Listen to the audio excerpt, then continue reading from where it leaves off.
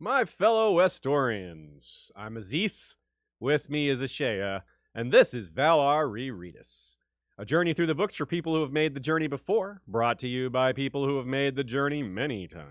George R. Martin has said before, and will say it again, this series was designed to be reread and reread. We're your tour guides on this journey, this reread, but even we doing this full-time can't catch everything, so feel free to send your questions and comments ahead of time. And if you're watching live, you can ask live questions. Join us on Facebook, Flick, Discord, and Slack for discussions offline and before and after and about all sorts of other things, not just Valar Rereadis.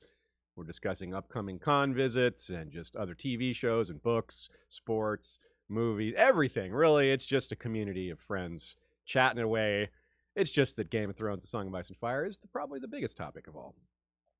Check out the Isle of Faces. That's Joe Buckley's podcast. Every week they have a companion episode to Valar Rereadis called Scraps and Scrolls. Also check out Nina on Tumblr. That's Good Queen Alley. Hey, Good Queen Alley is coming up this episode, isn't she? And her thoughts are in every episode of Valar Rereadis as well. Join us on Patreon if you wish to support us financially. We've got lots of benefits like bonus episodes. We've got a lot of bonus episodes. And we have things like shout-outs and access to our scripts as well. So check out patreon.com and find the level and pledge the pledge that works best for you. This week on Valar Rereadis, Tyrion 5, the gang meets the Red Viper, a.k.a. Podrick's Sigil Challenge. Arya 7, the Brotherhood versus the Mummers, a.k.a. Confessions of a Fire Wight. Bran 3, the gang shelters at Queenscrown, a.k.a. the one where Bran breaks the rules. Jon 5, the gang fights Summer, a.k.a. the one where Jon dumps Ygritte. And Daenerys 4, the gang meets a Daario, a.k.a. the one where Yunkai goes down. A Daario. By the way, at Ice and Fire Con, we had a friend, Jasmine, who did Daario matched up with Mario. And that's how she talked. Yep, it's excellent. All the cosplay opportunities that come from mashing up one thing with another it's truly limitless, I say. This episode, the themes, well, the songs and music theme, as we've said, it never really leaves, but it's on the rise again. It's starting to come to the top in prominence as far as the narrative. Today we have the real deal, the Rains of Castamere. And perhaps the most prominent theme of all, aka Ice and Fire, that's going to come up quite a bit too today. Quite a lot of important backstory. Oberyn talks, surprisingly of all people, Oberyn talks about Tyrion's birth. Well, how does he know stuff about it? Well, it makes sense, I guess. And Tywin's plan to marry Cersei to Rhaegar comes up as well. That's old news, but not old if you're going through the books the first time, huh? And most of all, the Dany chapter raises all three of these issues. We've got Rhaegar, Summerhall, and the prophecy, and her family history. So backstory, music, and great family mystery stuff. We have a lot of battle today, too. Bran and Jon's crossover is pretty interesting, kind of an unusual device for the way the narrative is told. Jon fighting Thenns while escaping, and then Summer fighting Thenns, then escaping. Arya watches the Brotherhood Without Banners deal the Mummers a blow that has serious late-game vibes, as in it really feels like it could be a fight versus the dead much later. It's got vibes for that. And Dany outdoes them all, again, this batch, by defeating Yunkai and freeing all its slaves. That's a much bigger little thing, except that we don't actually see it, but it's a larger scale. So George presents these things, as he always does, in a variety of ways. Now, Tyrion doesn't have any battle to deal with. He's quite worried that the character introduced in his chapter will start an entire war. And fittingly, that's where we start. Tyrion 5, the gang meets the Red Viper, a.k.a. Podrick's Sigil Challenge. If you add up all the other times Podrick speaks throughout A Song of Ice and Fire, it might not add up to what comes in this chapter. I kid. We love Podrick. And speaking of, we've been ragging on Tyrion quite a lot this reread, and for good reason, although we also praise him when it's due. Heck, we even do that with Tywin. And I think this chapter is a good example of that. Pretty much all the way through, he's good to Podrick, even telling some white lies to pump his confidence up even more. He's given an awkward task in greeting the Dornishmen and handles the surprise of it being Oberyn instead of Doran pretty smoothly. He drops some great one-liners and keeps his cool while the Red Viper kind of steamrolls him with insults. Only when the prince becomes even more aggressive does Tyrion kind of fire back. And even then, he still keeps it rather cordial. He doesn't raise his voice or anything. But it's also an incredibly deep chapter that gets at Tyrion and Jaime and Cersei and even Tywin's most formative shared moment as a family, the tragic death of Joanna. So when you realize Tyrion's keeping his cool throughout all this, realize that it's coming amidst some very, very painful memories that the Red Viper's just throwing around like it's nothing. So for such a heavy topic, the chapter starts simply enough. A horse whickered impatiently behind him from amidst the ranks of gold cloaks drawn up across the road. The horse was saying, "Start the chapter already before I..." As Tyrion notes, the group he brought to meet the Dornishmen is quite lower in station overall than the visitors. Something that, nobles, they notice these things. That's the kind of decorum that gets caught right away. It does not get glossed over by them. Oberyn is showing a united front of Dornish nobility. 9 of the greatest lords of Dorne is what's said here, and they're showing up with him at the capital. Tyrion's party, on the other hand, is Flemont Brax, Melon Crakehall, Philip Foote, Harry Swift, Adam Marbrand. These aren't nobodies by any means. These are important Lannister bannermen, but they're all Lannisters for the most part, except for Giles Rosby, who's a Crownlands lord. And then you've got guys like Bronn and Jalabar Jo and Podrick. So these are definitely lower ranked people. So it's interesting that for all Tywin wants to assert the Lannister regime as the sole dominant power in Westeros, he's showing a Lannister face, but it's not very potent because this is the best face he can put forward, especially not compared to what the Dornish are showing up for with regards to backing the Martells. So it's kind of an interesting standoff. The power lies with the Lannisters right now, but it's an interesting kind of symbolic notation that some of this is just for show. Some of this is just a face. Tyrion immediately thinks how Joff himself should be here for this because of the lack of course, the imbalance in nobility. But also he thinks how Joff would just insult them. And this is a reminder of how little Joffrey is good for. He's shown an ability to act with some grace, maybe even extreme grace at times, in front of the court. But even when we saw that, it didn't last, as that scene of his extreme grace ended with him cutting himself on the Iron Throne and crying for his mother. That's pretty damn embarrassing, isn't it? Similar here, except that, they know better than to even put him in this position in the first place. The point is, you can, even on the few things you can trust Joffrey for, you can only trust him so far. Eventually, he's going to be an embarrassment. Tyrion himself, pretty decent at this. He's excellent with words, of course. And there's some really good banter in this chapter. I've procured an example. Prince Oberyn had a chuckle. "You've grown more amusing since we last met." Yes, but I meant to grow taller. George, as he so often does when introducing characters, immediately gives us major foreshadowing as to what they'll do or how they'll die or whatever is important for that character, whatever makes up their arc. So it's true in the first POV chapters in A Game of Thrones. We were noticing that when Valar Rereadis started, and we're still noticing that all the way up through now, whether it's a POV character who's having their first chapter in a later book, or whether it's a non-POV character introduced early or late. This pattern seems to continue. He's doing it in an interesting way here. Sometimes he does it in battles. Sometimes he does it just with dialogue. Sometimes he does it with imagery. Sometimes he does it with a lot of things at once. In this case, he seems to really been leaning into the sigils to tell a story. This is some great work by Nina. There's some interesting thematic setup and foreshadowing in some of the Dornish sigils. The vulture of Blackmont grasping a baby in its talons echoes the dead children for whom Oberyn has come to the capital for justice. The crowned skull of Manwoody foreshadows not only the death of Joffrey, but also the deaths of Tommen, who may be killed when Arianne and Aegon take King's Landing.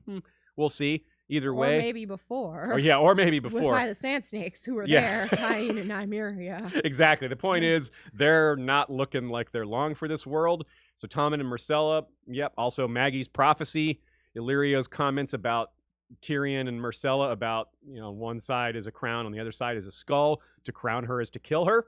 All these things point to that. The Scorpions of Corgyle reference the death by scorpion of Lord Tyrell at Sandstone after Daeron the First's conquest of Dorne. And of course, Oberyn and the Martells don't really recognize the authority of the Lannisters here any more than the Corgyles recognize the authority of Daeron in Dorne. So that's pretty cool. And there's a lot of black and red with some of these houses.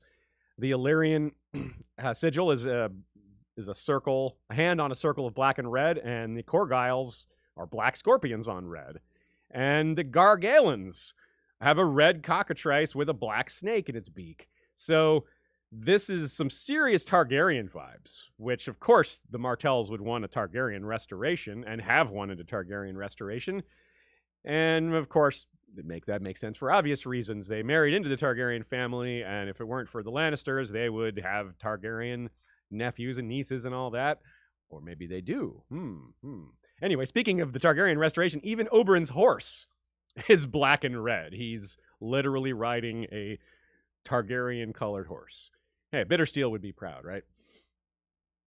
Of course, since there are so many Dornish people arriving, we're seeing their sigils and hearing some names and such. A good time to tell us about them as a culture, which is tied to geography of Dorne. And of course, geography can determine a lot of things about how cultures end up and how they handle themselves, things like that. But Dorne is very diverse.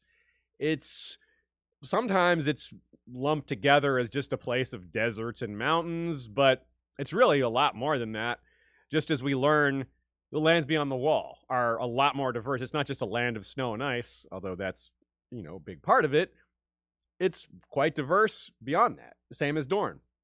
And just as the geography is diverse, so are the peoples. The Free Folk probably have an even greater cultural diversity than Dorne does. I mean, compare the Thames to the Ice River cannibal clans. But no one moves there. There's no immigration beyond the wall. So Dorne has way more ethnic diversity, right? It used to be the connecting point between the super Pangea continent that was once Essos and Westeros as one. Andal, Rhoynar, and First Men are all parts of the Dornish pastiche. Now, of course, First Man itself is an ethnic catch-all for many peoples who came before the Andals. It's not really supposed to be just one race, but that distinction is too far gone to matter, especially not in this context.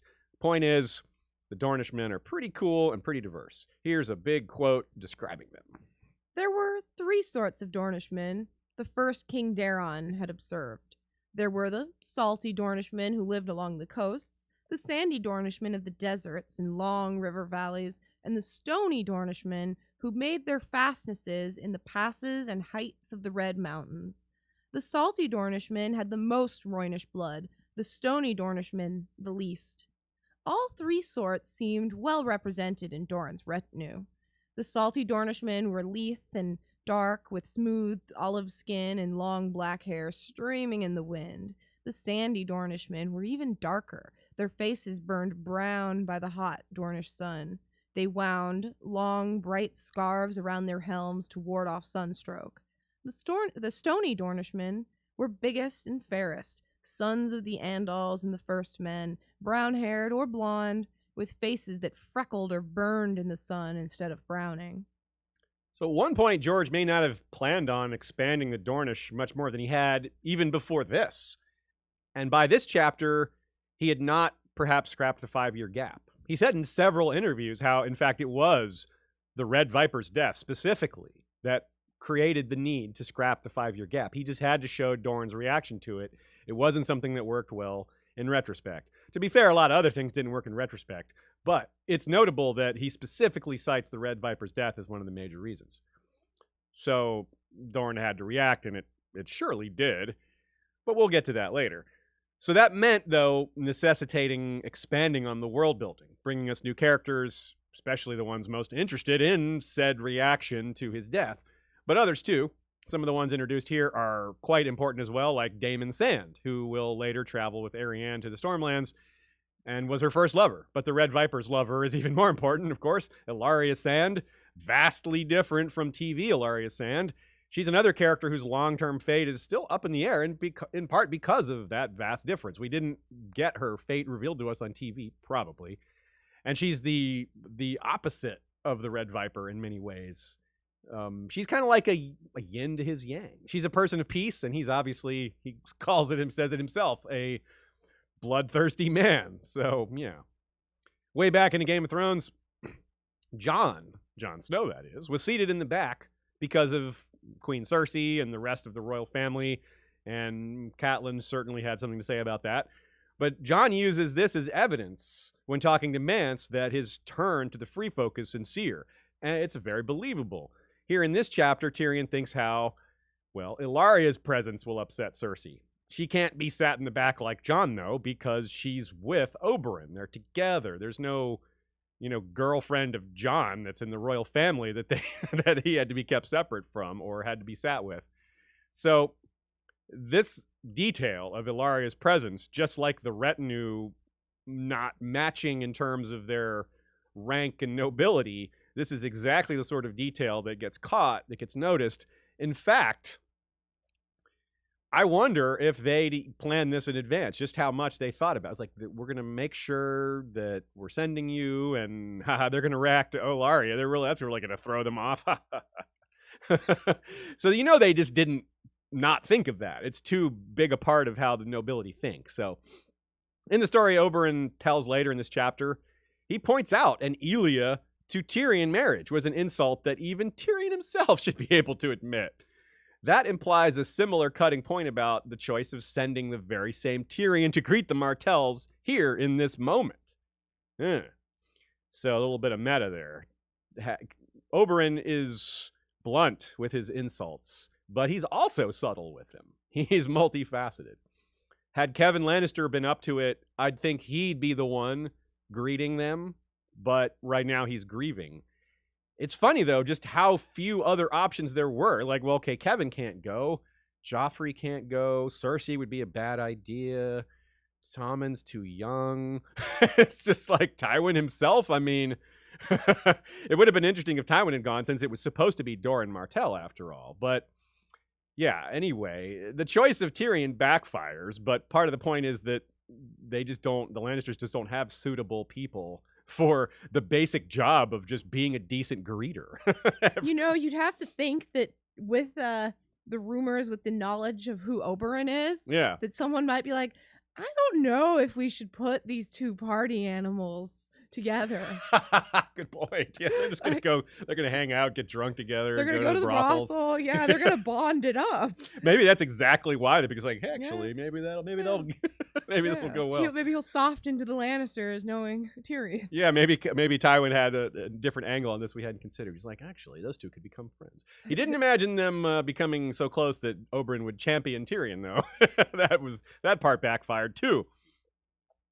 So it's funny to consider when they were thinking about all this. Picture back when Oberyn and Doran were planning this trip, thinking, gosh, I wonder who they're going to send to greet us. They might realize the same conundrum the Lannisters, like, they have nobody that they could send that wouldn't, they might have thought Kevin, but they would have wondered, I wonder if they're going to send Tyrion. They might send the imp to put out in front of this. So, and if they didn't talk about it in advance on that long journey, that slow crawl all the way from Dorne all the way to King's Landing, maybe they talked about it then. They'd have not a whole lot else to talk about. So these are the little social power games the nobility plays. They're games, though, in the same sense that the Game of Thrones is a game. It can and does lead to real blood spilled, and lots of it. Quote, "How many Dornishmen does it take to start a war?" he asked himself. Only one. Yet he had no choice but to smile. Tyrion's actually wrong, of course. There's very, very little chance a war could start over almost anything Oberyn does to a Lannister besides, kill them. Even knowing, I was about to say, I was like, I don't know about that. He could do quite a lot. Even knowing how willing he is to provoke. And the point of that is, this is why they knew they could send Oberyn. They know that even though he's hot-tempered and likely to provoke, they also know he could walk right up to Tywin and call him a child murderer. He could remind everyone in front of the court that, hey, Joanna was fondled by Aerys. And Tywin would just have to sit there and seethe. I mean, maybe he wouldn't be able to keep his cool. Maybe Tywin would lose his temper, but he'd be in his best behavior. He'd be trying to be his best behavior. Instead of being Tyrion's champion, Oberyn could have just, in front of the court, said, hey, Tywin, who's the heir to Casterly Rock these days? He could loudly remind everyone that shouldn't it be Tyrion? And Tywin would again have to just swallow his pride, maybe say nothing and say, hey, this is not an appropriate conversation for court. He would just have to, push it aside somehow. And why is that? Why is it that Oberyn could do these things without starting a war? It's because, well, they have Myrcella. This is everything. Without her as a hostage, they would be worried that Oberyn could provoke a war. But the Lannisters are going to have to put up and will put up with a lot of provocations because they can't allow themselves to be provoked because the Dornishmen have Myrcella. That's such a huge piece of the picture here. She's a hostage. And however, if Oberyn and Doran and maybe some of the other High Lords of Dorne sat down to plan all this out and thought, oh man, you could get away with a lot, and they'd still have to sit there and take it.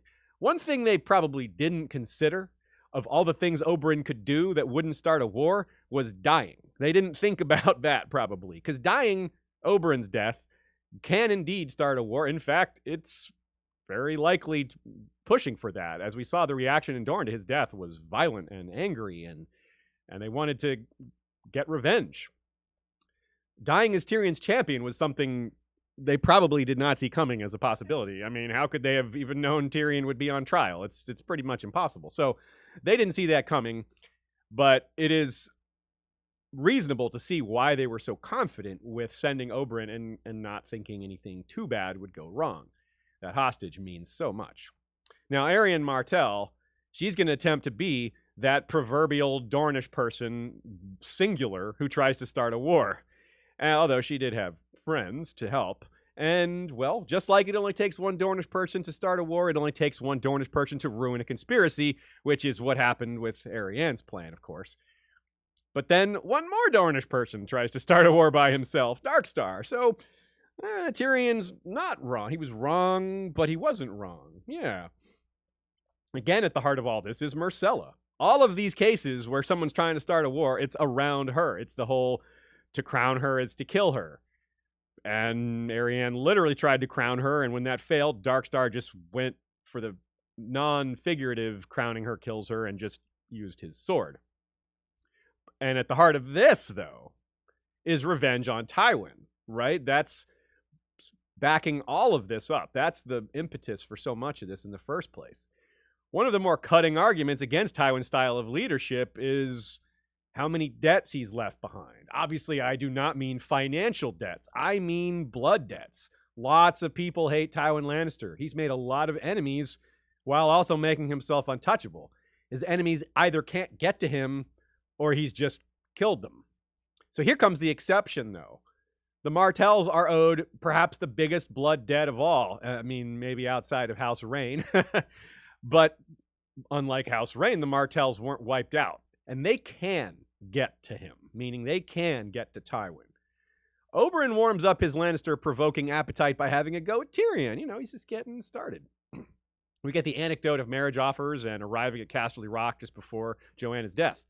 Tywin wanted to marry Cersei to Rhaegar and shunned the offer of Cersei for Oberyn. An interesting twist, given that's come up again just a few chapters ago, on Tywin being the one to suggest it this time. How about that? After his tale of the tail, the tail that Tyrion supposedly had removed when he was an infant, and calling out the implied insults greeting him the moment he arrives, Oberyn just stops fooling around. No more nice viper. He bluntly declares why he's come. Before he dies, the enormity that rides will tell me whence came his orders. Please assure your lord father of that. That's an I'm coming for you that leaves no doubt. And yeah. Also, can we just point out the enormity that rides? I know, right? Great one. He's just really not afraid of Gregor's size, right? But he is clever with his nicknames. Yeah, he doesn't want to give him the respect of the mountain. And now, what was that I was saying about how we should pay attention to what is said about a character when they are first introduced? How it has the potential to tell huge portions of their story? Hence the mention of Oberyn's education at the Citadel, particularly the mention of poisons. We know he poisoned Gregor, but was he dosing Tywin as well? Well, the evidence for it isn't here in this chapter, if you consider any of it evidence at all, so we'll be keeping an eye out for that as these chapters proceed. But in addition to his maesterly skills, also mentioned are his skills as a warrior, fighting in a variety of places against a variety of foes, learning how to defeat all kinds of enemies. He's lightning fast and uses poison. The nickname is perfect, isn't it? But also that explains how he's able to, he knows how to fight large men, he knows how to fight small men, he's just experienced, and he's got a lot of confidence from that. And just a lot of natural confidence anyway. But the Red Viper is more than a badass come to expand the plot. This is a peak reminder of something we've been saying all along. Tywin's version of leadership and peace crafting is just it's a mistake. It's an illusion. The line, a Lannister always pays his debts, is more about blood than gold. Tywin's not going to die owing anyone any money, as I said, but the blood debts he passes down, they can't handle that. They're not going to be able to afford that because the price is too high. The price is death, is, payback. And those are, we're talking about bodies. That's not something you can easily escape. Only Tywin's ruthlessness kept that at bay. With him gone, well, we see what happens. So one of the worst things a provider can do, someone who fancies themselves the provider of a family, the last thing you want to do if you're that person is to die leaving your family with additional burdens. You want to leave this world having helped your family, having set them up for the next generation. If you're supposed to take care of a family, it's obviously as backwards as it gets to leave them with additional debts rather than some benefits, right? You can't viciously murder a powerful family's children, remove them from the royal line of succession, and expect that to go away given that family still exists and is still very powerful. Not in Westeros anyway, right? We here at History of Westeros know that as well as anyone, how rarely revenge is forgotten because that's a cycle that plays out throughout history. I mean, Blackwoods and Brackens, anyone, right? The Blacks and Greens fought each other until one side was basically out of Targaryens, right? And the dance featured a Targaryen prince who reminds us of Oberyn Martell. Prince Daemon Targaryen, rider of his own red snake, the bloodworm, called Caraxes. When he was introduced, he was teased by Ilio Garcia on the Westeros.org forums. That's exactly what he called him, the Targaryen Red Viper. He's like, you guys won't be able to believe this character. One of the many parallels between Daemon and Oberyn is this quote from the Red Viper, change a name and maybe one or two details, and it could be Daemon talking about his brother, Viserys I. Why, if the gods were cruel, they would have made me my mother's firstborn and Doran her third. I am a bloodthirsty man, you see, and it is me you must contend with now, not my patient, prudent, and gouty brother. Yeah, so yeah, change Doran to Viserys, maybe change the gouty part.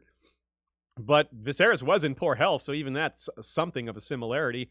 And he was patient, slow to anger, right? Viserys the First, Daemon was the opposite, like Oberyn.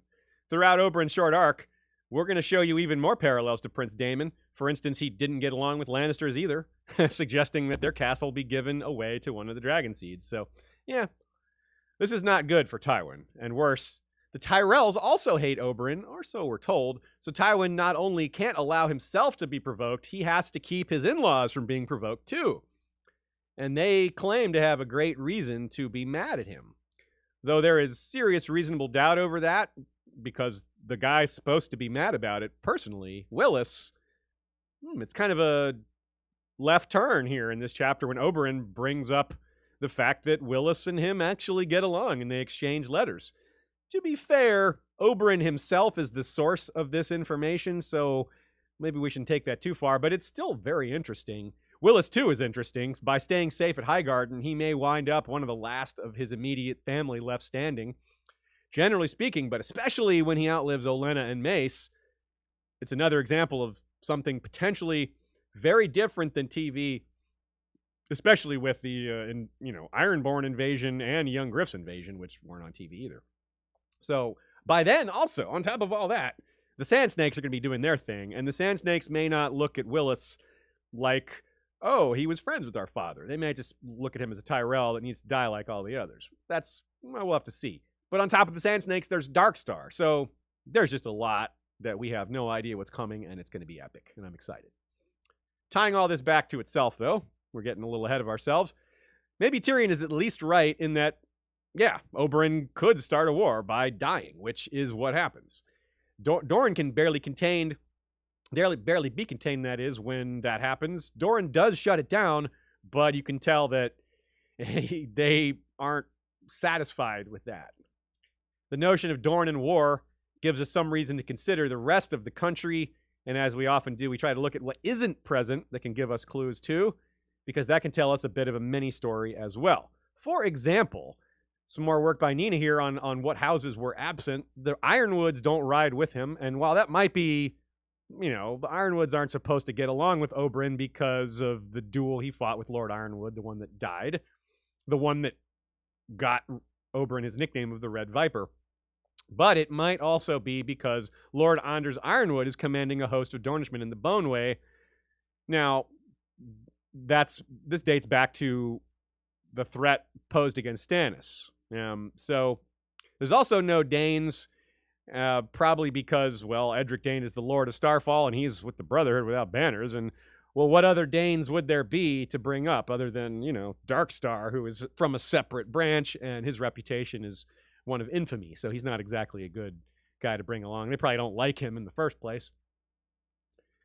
And as far as Oberyn and the way he talks about Willis, I think is super interesting.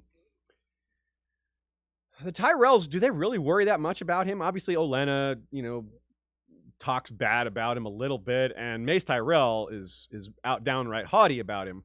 But it's interesting that the Tyrells are probably going to have more reason to hate the Lannisters than they will to hate the Dornishmen, especially after Oberyn's dead, because he's the one they really have a problem with. Now, maybe that'll all change because the Sand Snakes give the Tyrells new reason to hate them. But it's entirely possible that the Tyrells will realize, as they had before, that Dorne isn't really the big enemy. It's the Lannisters. But with Dany and Fagon and all these other players coming into the game, it's really hard to guess how it will all fall out. Another little point here, Oberyn doing like a lot of people do, feeling out Tyrion as a possible ally. The story Oberyn tells clearly puts Cersei, Tywin, and the Lannisters more generally in the villain roles, right? The Rock is kind of like a dungeon. Tywin barely interacts with his guests, shuts Tyrion away down in the depths of his castle like his newborn son. And Cersei abuses Tyrion and explicitly hopes for his death. I mean, Tyrion's a baby. Tyrion couldn't have done anything to Cersei by this point other than, create the perception that he's responsible for the death of their mother. But where would Cersei get that impression? Did she think of it on her own? Or was it something that her father kind of led her to believe? Tough call. Jaime doesn't feel that way. Jaime's protective of Tyrion from the get-go. So Oberyn makes it clear that with the Willis thing, he can be surprising as an ally. He's like, don't think of me as an enemy necessarily. I can make friends too. And he showed how he helped Willis. He sent his maester to Willis. He's like, look, I'm not all violence and chaos. I could be an ally. So very interesting with Varys and Dany in mind, and consider George R. R. Martin's original plan to have Tyrion get, wolfish. There does seem to be a pattern of people thinking that they can sway Tyrion to their side, which is interesting because that means they're trying to turn him against his own family. Only kids who were really awful, or kids who had really awful parents, and the two of those go together sometimes pretty often, do that, right? I mean, no one's going to come up to Sansa and try to bribe her to attack her family, right? You can't get Arya to turn against her family. And the reason people think they could get Tyrion to turn against his family is because they can look at Tywin Lannister and look at Tyrion and go, there's no way he's treated well. There's no way that guy, with all his pride, treats his son well. And they are right. So that creates an opportunity to say, well, if Tyrion is treated badly by his family, maybe we can win him to our side. But you would never even try that with a son of Ned and Kat. You would never try that with a grandson or granddaughter of Olenna Tyrell. I mean, these are just certain things certain opportunities to corrupt somebody that don't exist because of their upbringing. But with Tywin, you can get people to turn on Tywin because he has not, inspired loyalty in Tyrion. He has in other people in his family, to be fair. I mean, Kevin is going to be ultra loyal. Kevin would never turn on Tywin. And you might say, lots of families turn on each other in A Song of Ice and Fire, right? Am I exaggerating here? Well, yes and no. But honestly, if you really break that down, it's mostly brothers fighting brothers or uncles fighting nephews and things like that. Parents fighting their own children and children fighting their own parents is far less common. Sometimes children murder their parents to take the lordship, things like that. But it's not very common. And when it does happen, it's situations like this, usually where the father, the lord who gets knocked off, is usually scummy. Sometimes it's the kid that's scummy, but anyway. As part of the interaction with Oberyn, we learn Tyrion was close with his uncle Jerion, who called him Imp.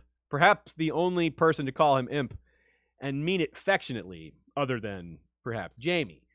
Jerion, through Tyrion's memories, tells us that Tywin lost the best part of himself when Joanna died. That's a rough thing to hear, and you can almost feel it from Tyrion when he thinks how he himself had put Lady Joanna in her grave.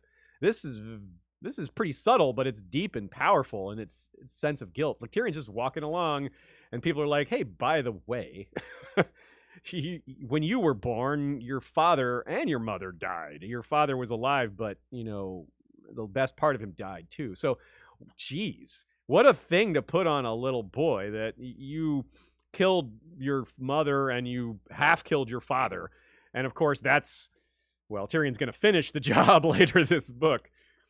And it's also interesting how this comes from Oberyn, who tells this really harsh story and adds to what Tyrion already knew about how little his family thought of him outside Jaime. Oberyn flat out says that Cersei says he killed my mother when he was there during that visit.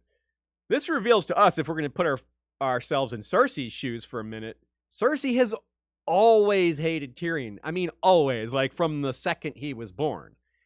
And a few years after this, she's going to get Maggie the Frog telling her the Valonqar is the boogeyman, and she thinks that's Tyrion too. Now you can kind of see why she would immediately lean into thinking it's Tyrion, not Jaime, because she's so predisposed to hating Tyrion in the first place. So when 11 or 10-year-old Cersei meets Maggie the Frog, it's no wonder that she processes what Maggie tells her the way she does. It's also difficult to think about this in regards to Cersei. I mean, it's evil as heck. She's twisting her little brother's penis until he screams. I mean, damn. But how much of that is Tywin's influence, right? Again, though, I have to say Jaime doesn't feel that way. Jaime defends him. So we get the note that from the get-go, not only has Cersei been awful to Tyrion, but Jaime has been genuine. His love for Tyrion is also just as early born. So it's going to be even more powerful when Tyrion splits from his family, considering, well, he's got more reason to, given what he hears about Cersei and his father here. But on another hand, it gives him even more reason to be thankful and love Jaime.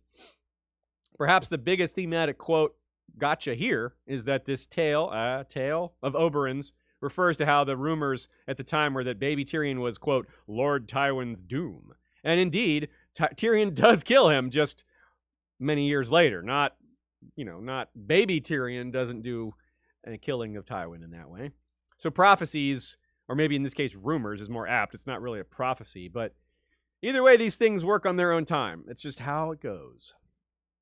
Tyrion's birth itself had a bit of prophecy quality to it too, didn't it? All the city talked of was the monster that had been born to the king's hand, and what such an omen might foretell for the realm. Famine, plague, and war, no doubt. Tyrion gave a sour smile. It's always famine, plague, and war. Oh, and winter, and the long night that never ends. Well, those things didn't come with Tyrion's birth, but damn, that is very true. I mean, those things are coming, right? Famine, plague, war, winter, the long night that never ends. Those definitely, all those things. We've talked about them all separately and together. Lots of episodes and time spent about the oncoming plague and or famine and how it's going to cause cannibalism. Plague, of course, comes with that. War, of course. Obviously, winter and the long night. Hardly need to explain that. So Nina points out that Dorne being divided into 3 parts is kind of like Daeron the First paraphrasing Caesar, and that makes sense. Daeron the First's book on the conquest of Dorne is a nod to Caesar's De Bella Gallico, which is his own book. He wrote his own book on the conquest of Gaul, that's what that translates to, and that's pretty cool, huh?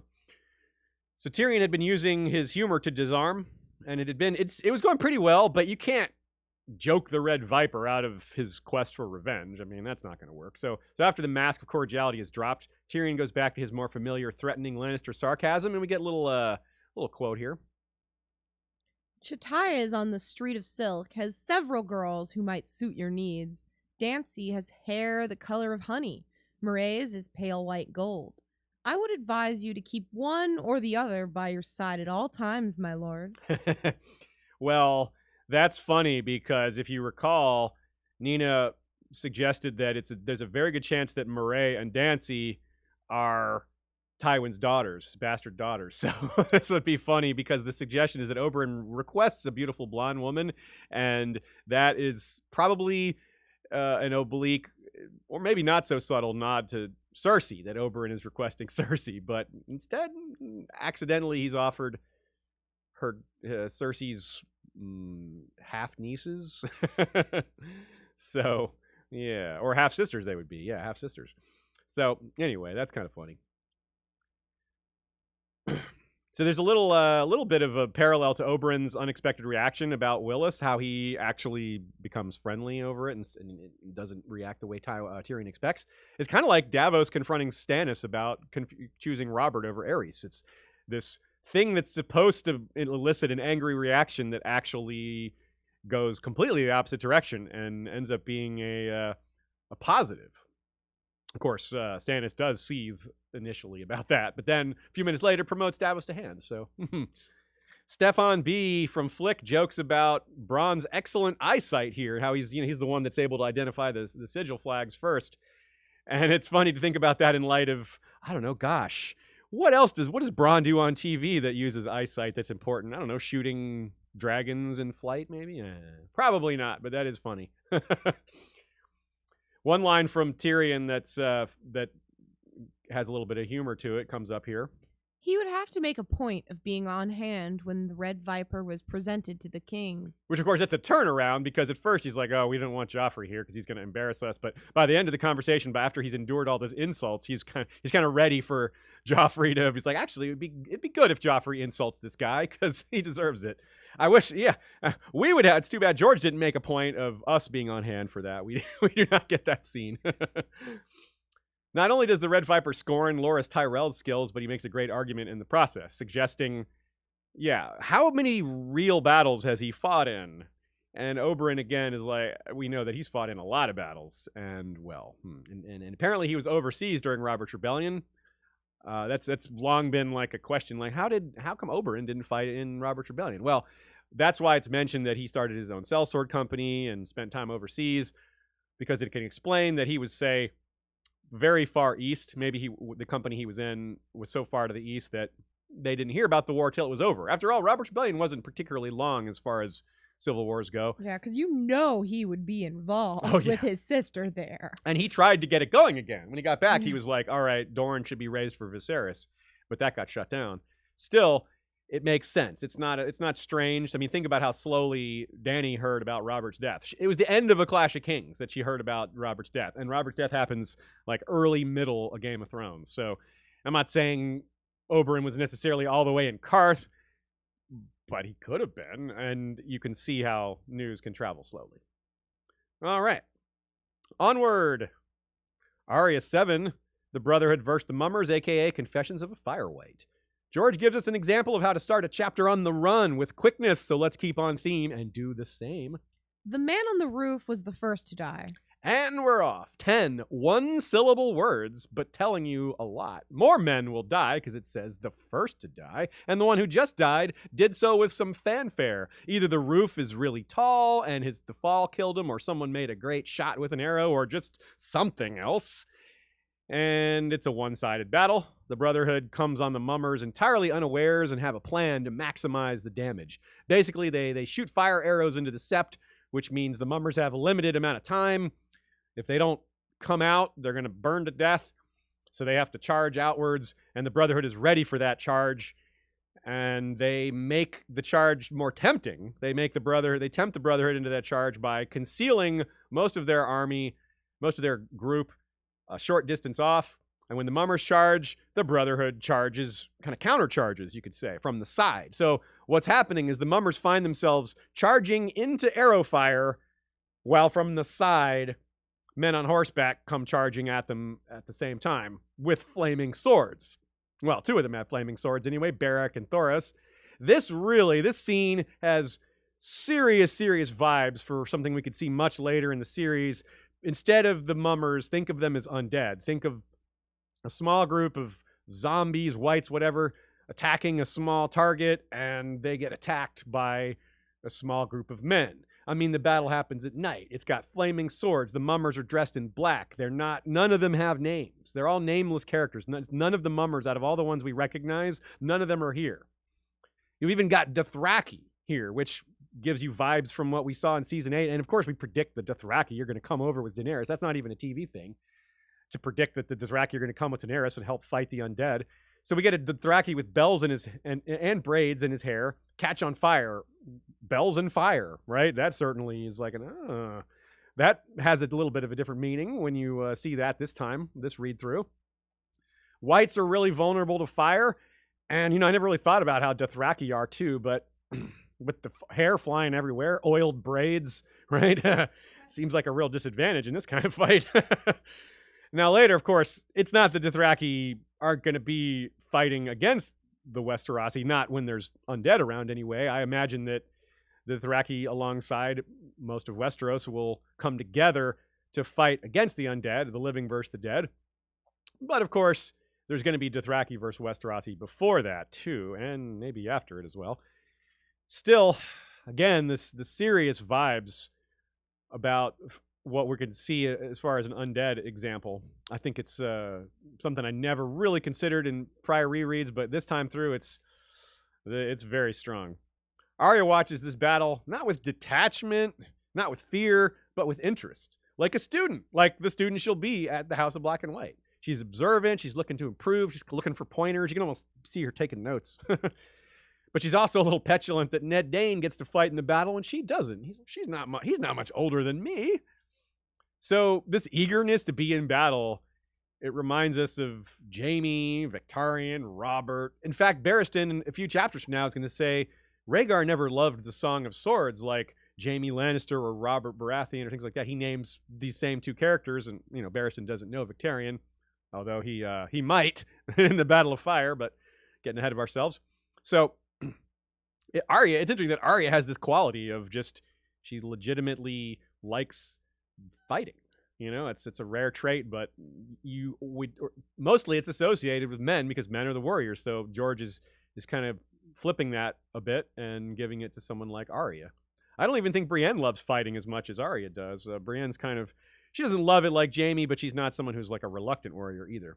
Anyway, the mummers are attacking a sept again. Sad to say they are both tempting and easy targets, meaning, well, septs, churches, they just have wealth just sitting there. The Vikings had the same kind of astonished reaction to, they just leave this sitting here? No one's protecting it? Just these guys with no weapons? It just doesn't make sense to them. It's baffling. The mummers are probably thinking similar things like, geez, they just make it so easy. Look at all this silver. It's just sitting here. People don't just rob septs in normal times. That's the reality of when things aren't thrown into chaos and war. Septs are they don't need to be protected. Almost everybody worships the seven and reveres them. And this is the kind of thing that's just unthinkable. Many of the mummers are captured and hanged. And, there's no need for much of a trial. The Lord Beric personally witnessed their crimes, so that's pretty straightforward.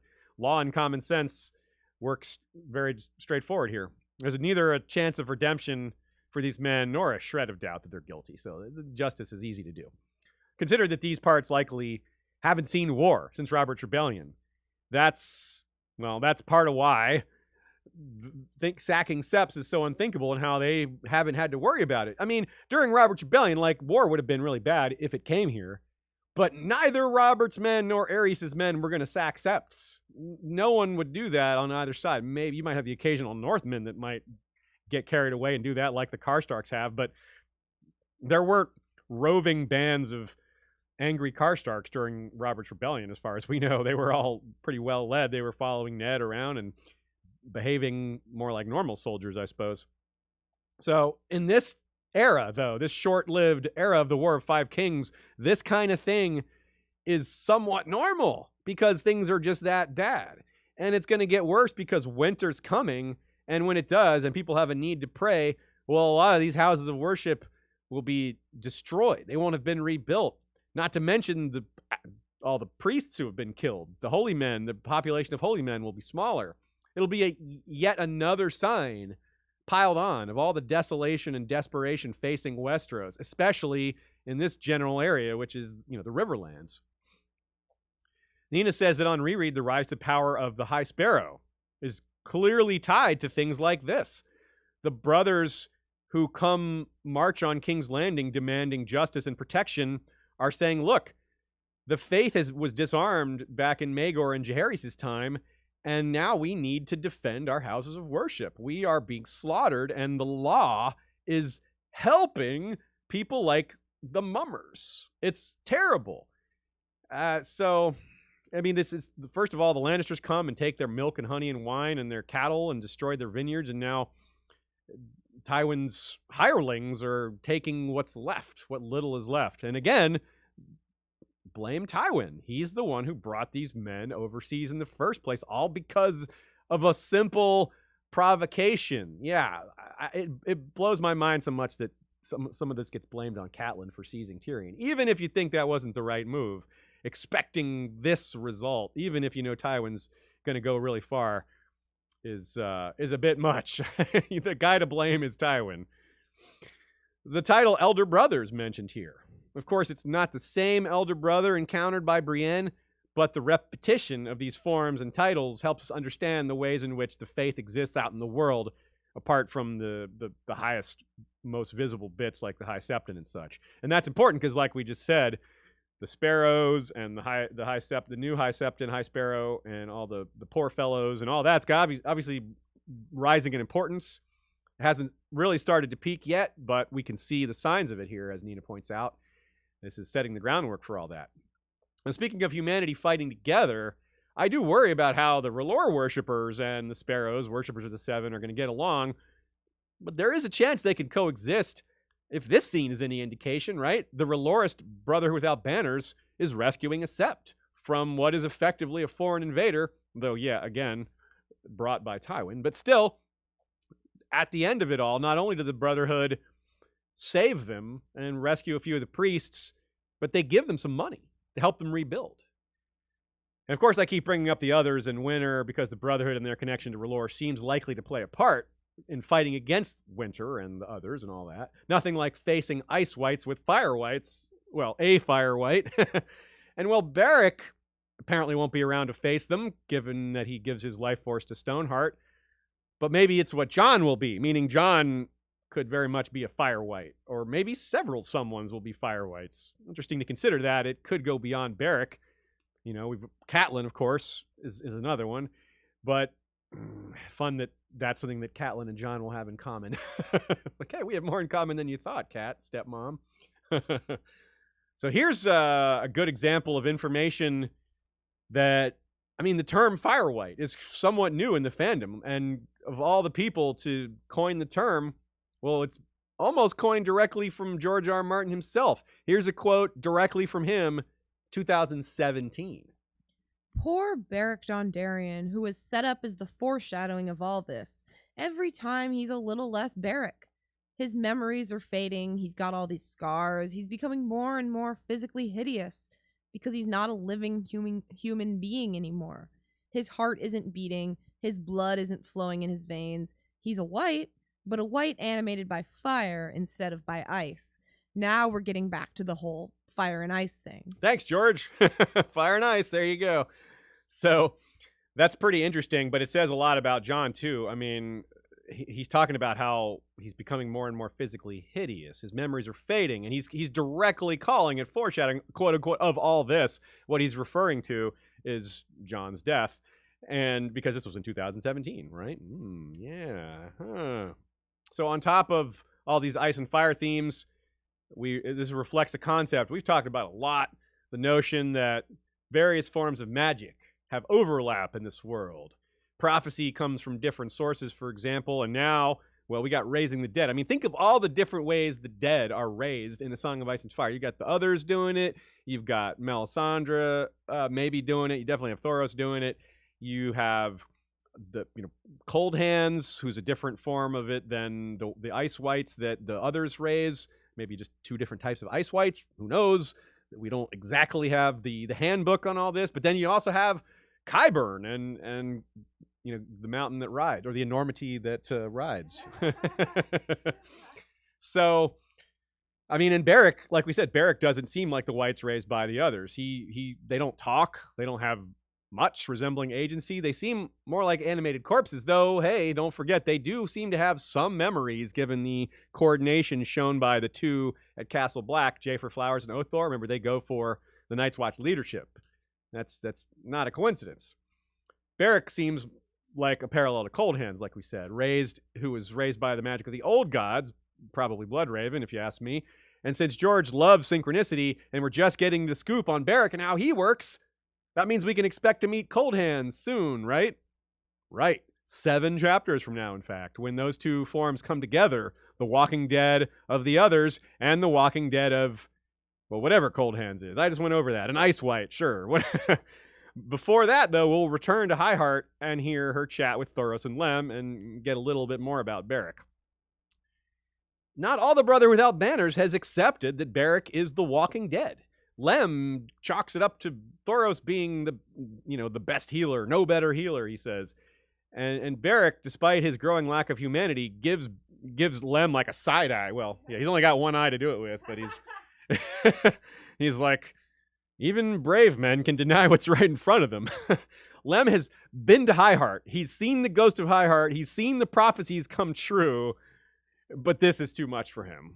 So it's really interesting because Arya, for example, more so than perhaps any other character, literally almost perhaps any other character, is really good at just accepting things for what they are. She doesn't sugarcoat. She doesn't try to lie to herself.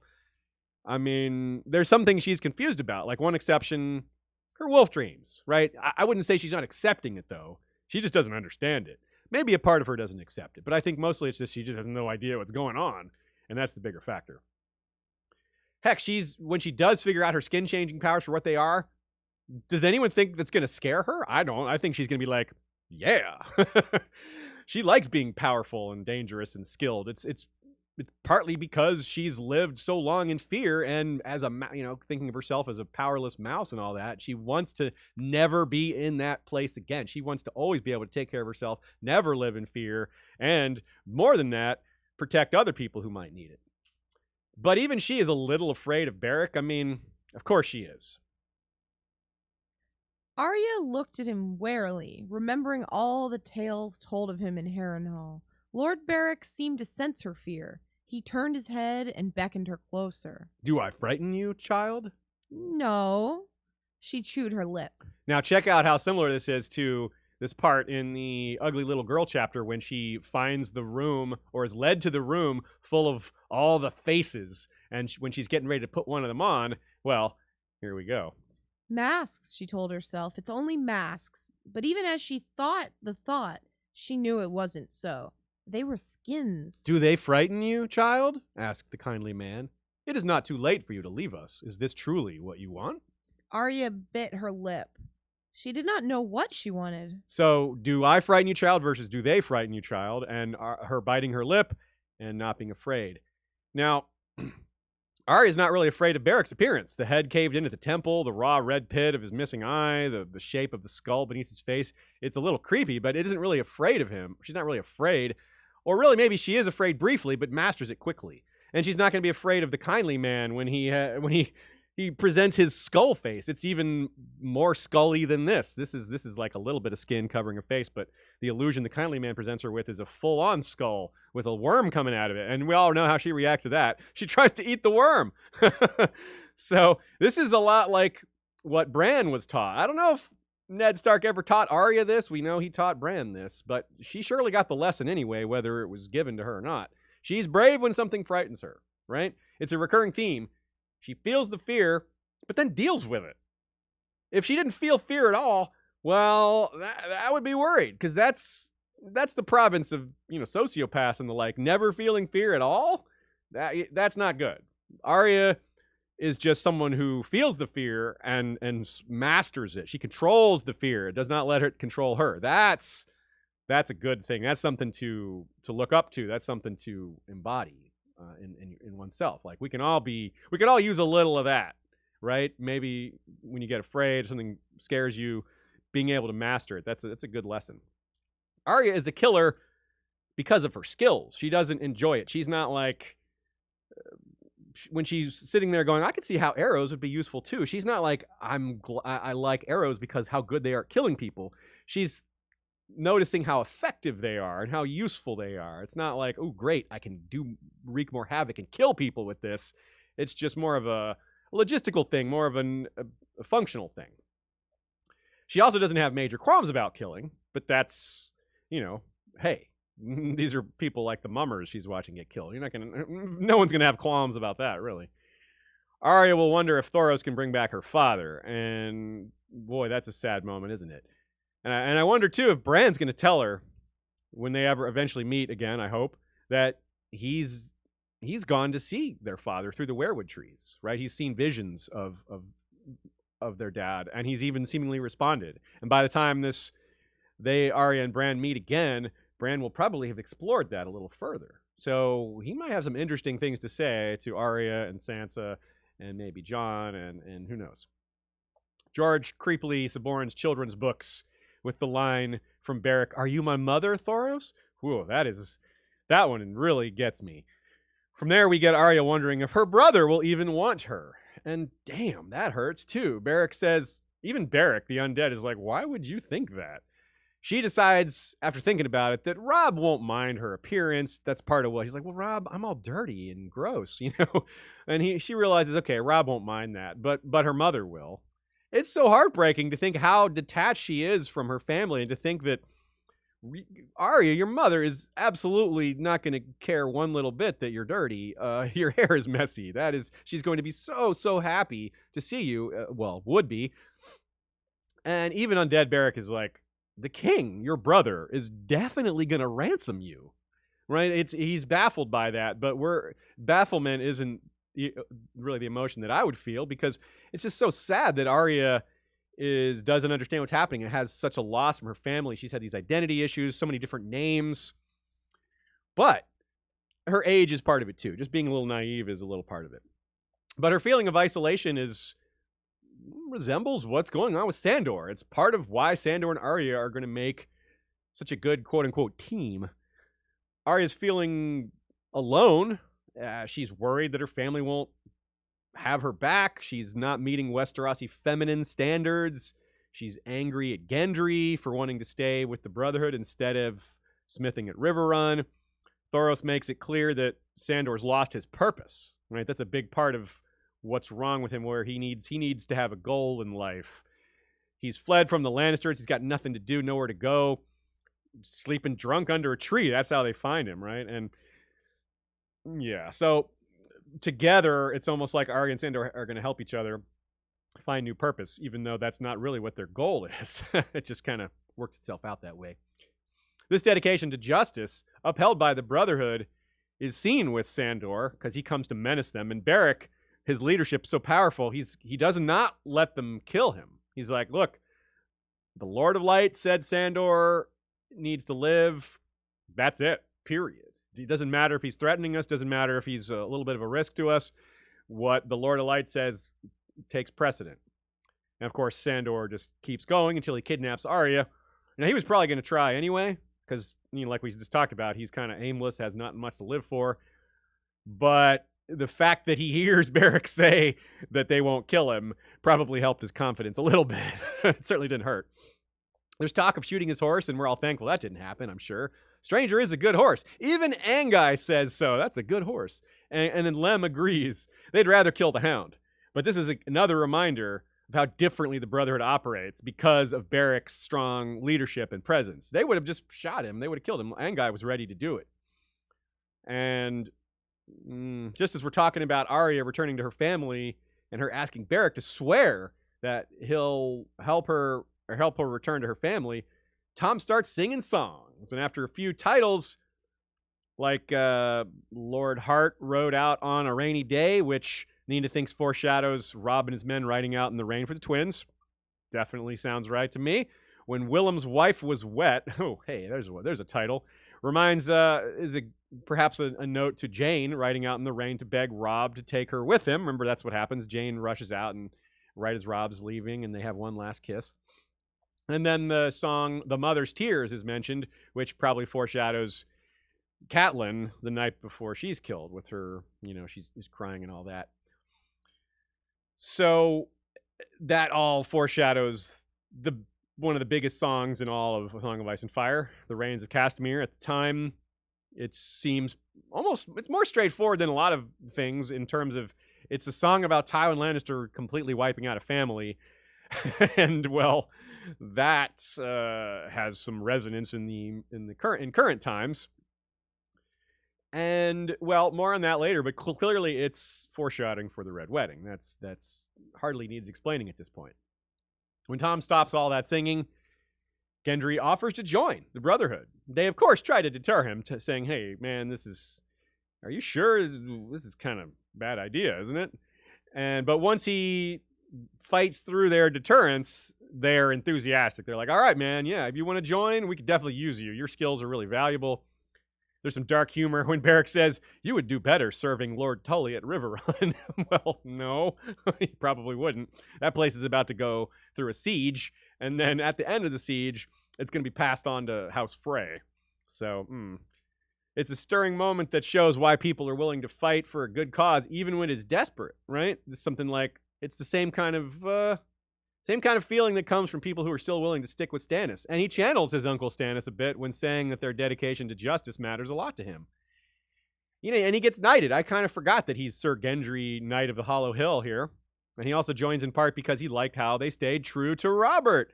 This is obviously huge because that's his dad they're staying true to, and he doesn't even realize it. And he's with them now. So he is following in his father's footsteps, sort of, or at least following in the footsteps of people who were following his father.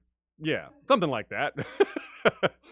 It's a good example of how things go so much differently for Gendry in the show. So I've said that several times today. Today is the day of different from the show plot points, apparently. Because, yeah, obviously Gendry, very different in the show. I wonder what he's going to think of Lady Stoneheart. For example. He may not be happy that he's the one who saves Brienne, yet Stoneheart just not long after strings her up. But, of course, we know Brienne is let loose from the noose. So whether Gendry is one of the ones who decides to break from Stoneheart or not, like Anguy does, like Ned Dane does, he'll probably wind up fighting the undead like so many of the other Brotherhood do. I mean, he does kill Biter with a spear, but maybe we'll see him with a hammer later on. He does have a forge to work on. Maybe he'll make himself just that. Joe Buckley agrees with the vibes of the undead vibes from the mummers here, and seeing how, especially because the battle happens at night. You get to see flaming arrows, flaming swords. We're going to be seeing a lot more of that when the undead are on the rampage. So yeah, I'm not the only one to notice that for sure. Okay, so a little more about Beric as far as his detail and how he works and all that. Here's a quote. Lord Beric himself did not eat. Arya had never seen him eat, though from time to time he took a cup of wine. He did not seem to sleep either. His good eye would often close as if from weariness, but when you spoke to him, it would flick open again at once. Yeah, So Arya's thinking. Not only is she thinking about what he can do to the brother or to the mummers and as a avenger, but she's thinking about how it relates to her father and bringing him back. Now, what does this mean for Jon, though? That's another big point. Like, Arya's not thinking about that. Of course, she doesn't have any idea that Jon's going to die later.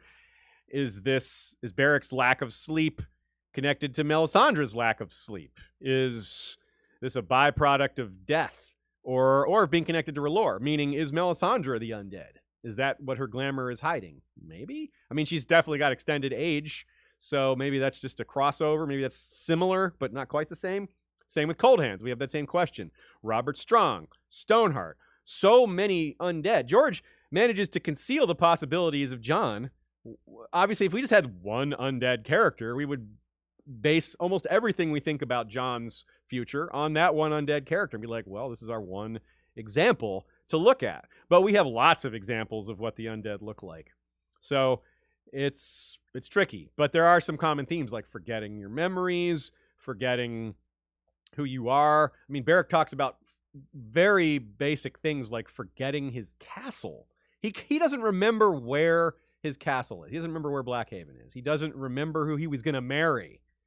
Now, that's in part because he's been killed 6 times, and, well, when he dies the 7th time, it's because he gives his life up. Again, browned out. What's that? I said he browned out. He browned out. It's funny, too, how George sneaks in the 7 there. It's not like the 7 as in the Faith of the 7, but the number 7 for the number of times that Beric dies. But he also does that with Victarion. When Victarion is doing that, burns those virgin sex workers on the ship as an offering to both R'hllor and the Drowned God. Well, he chose 7 of them. So it's like he's also giving a nod to the 7. Yeah, so we got all these and that's pretty important here to think about the pastiche of all these different religions coming together, because it's an area ruled by the Faith of the 7. The knighthood is an institution of the Faith of the 7, but they're all R'hllor followers, but they live in a place built by the old gods. So yeah, that's pretty cool how it's all coming together, which to me also says a lot about how humanity, including these different religions, are going to have to come together to fight against the others. So let's move on here. A couple other thoughts, random bits here. It shouldn't be lost on us that a poor orphan from Flea Bottom just became a knight, meaning Gendry. And Joe points out that, careful, Davos, that social mobility championship belt you wear might not be safe after all. That's a good point, because Davos went all the way from commoner and Flea Bottom to Hand of the King, but Gendry might go all the way from the same low beginning to the Lord of Storm's End. Maybe not. That could be Edric Storm. Again, TV show Gendry is not our guide here, but we can't ignore that either. Nina with a good catch here. Arya thinks of Robb as, quote, the boy she'd left at Winterfell with snow melting in his hair. Jon thinks of him that way. Sansa thinks of him that way, the snow melting in his hair. Now, this is probably some literary clue that maybe it refers to something else out there. I don't know what to connect that to, but it's noteworthy, and it probably speaks to Robb's death in some way. But that's pretty cool. It comes up at least 3 times. Lem asks the Brown brothers kind of, sarcastically when they don't like the idea of R'hllor being worshipped in their sept, even though the brothers just saved them from the mummers. So he's like, how strong are your gods? Ours can heal a broken man, right? Or ours can heal this. So maybe Elder Brother on the Quiet Isle can answer that question. Healing a broken man, meaning, right? Sandor. Okay. Bobby Uncle asks, what do you guys think about the mountain clans of the Vale? Will they be important in wins? Yeah, I think they will. They do attack. They may attack during the tournament. Oh, it looks like Violent Messiah says the same thing here. Violent Messiah 666. Given the Winds of Winter spoiler chapter from Elaine, we have the notion that they're going to have a tournament there, and that could be when a lot of us think that that's going to be when they make their move. I think that's entirely possible.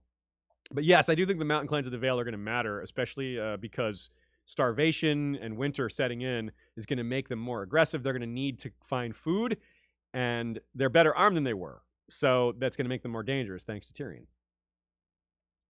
Violent Messiah 666 question: if Beric is a fire wight and his blood isn't pumping, Jon gets resurrected with the same magic. How do him and Dany have boat sex or any kind of sex if Jon can't perform? I'm totally wondering about that too. I really do wonder about that. To be fair, they don't need to end up having sex. Yeah, they don't. They don't ever have to go that far. They could just start to have a relationship before they realize this isn't going to work. Maybe this is part of why. It might not be just the whole actually cannot work. Yeah, it's not just about the family part. It's not just that, hey, we're brother and sister. Also, that could also be something that affects Jon being like, I can't even, produce. He might not be able to go south. I mean, that's one thing I think about. Like, south?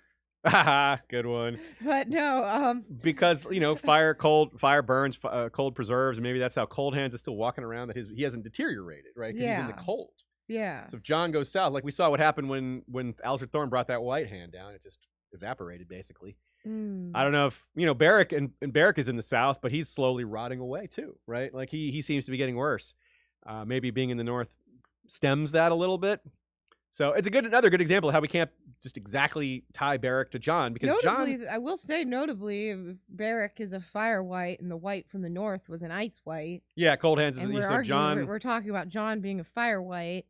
And that's part of the confusion. We have none of these things don't line up exactly. Like you say, Cold Hands is an ice wight, and Jon might be resurrected up there, but it'll be the magic of R'hllor, not whatever magic resurrected Cold Hands. So but I mean, if we're also thinking about Ghost, about him taking time in there, I don't know how much that will affect You're things. Right. That's yet another twist that we can't. It makes it hard for us to predict.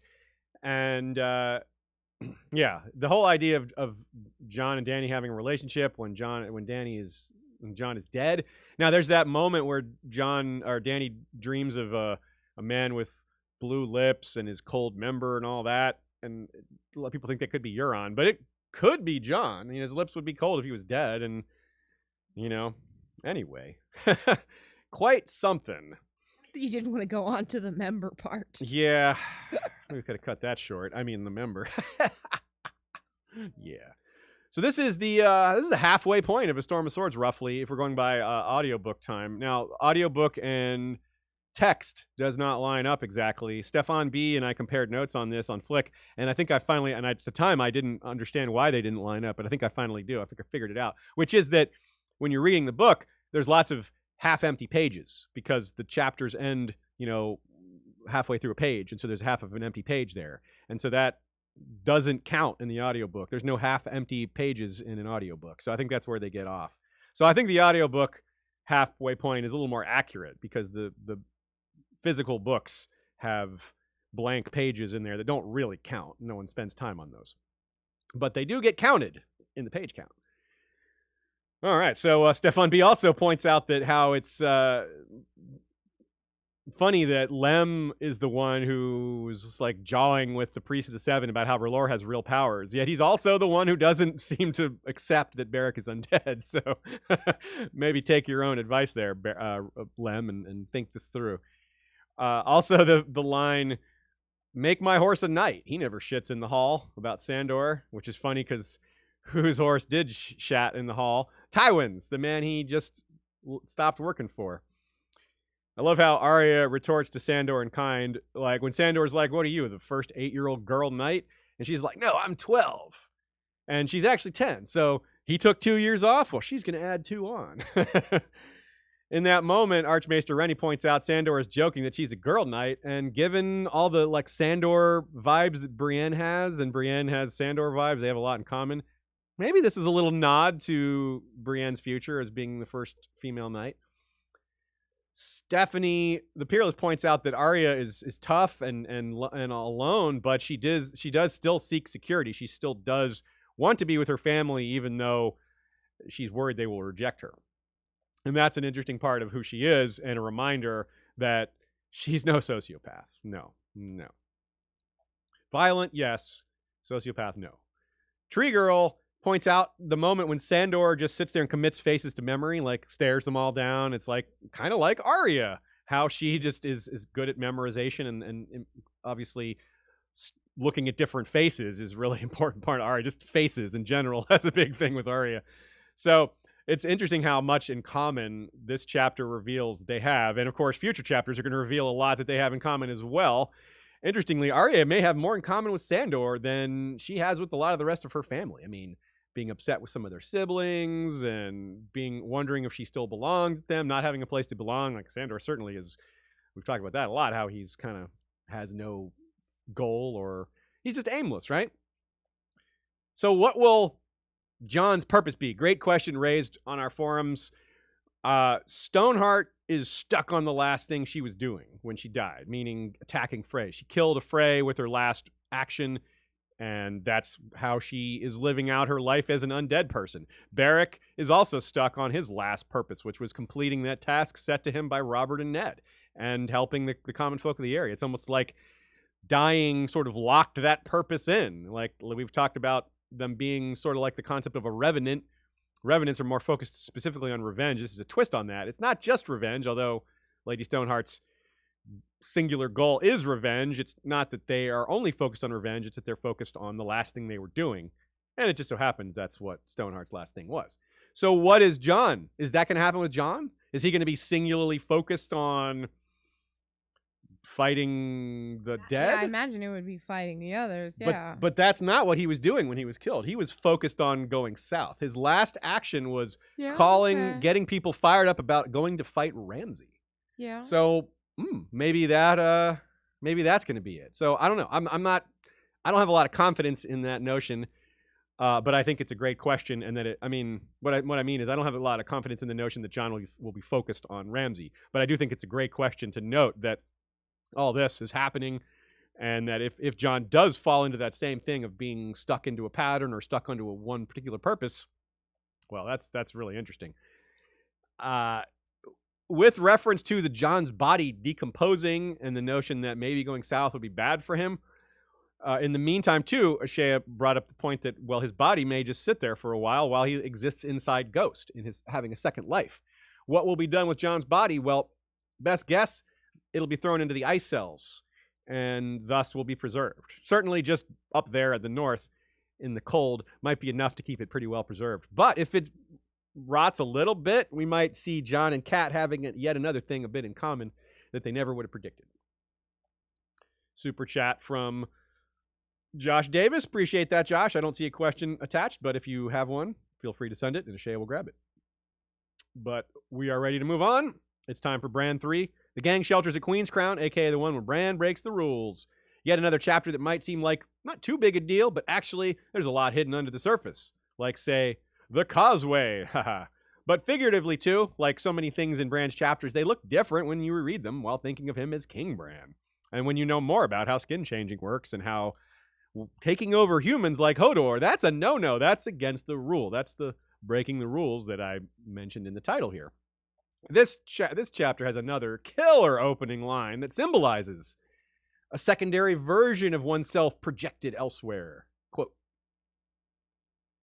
"The tower stood upon an island, its twin reflected on the still blue waters." Queenscrown, named because Queen Alysanne once visited there. Well, now they'll be able to add to that. A future king has now stayed there as well. That is a point in this chapter that I never even remotely considered on prior rereads that just jumps out at me now like, oh man.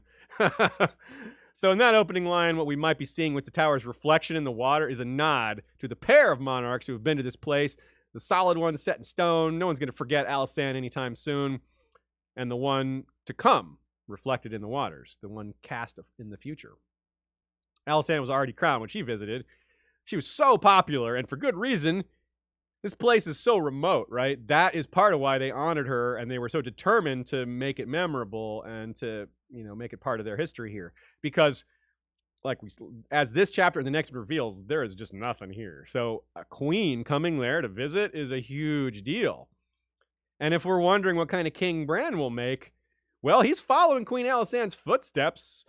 And if he follows her lead as a ruler, i.e. reflects her style, the ending of A Song of Ice and Fire might be a little happier than we may have expected if he succeeds in being like her at all. Or if Sansa follows in Queen Alysanne's footsteps and she rules the North, which might happen, then also the North will be in great, great shape. At least they'll have a great outlook. Something that's going to come up in the Jon chapter is, in fact, the future of this area, settling it, right? Eddard referred to it as a, quote, a dream of spring. But the point is, a lot of people could live here. It's fairly fertile. It's empty. There's even infrastructure there already. Like, there's stuff. So a good project, perhaps, for King Bran, the ultimate dreamer of spring, huh?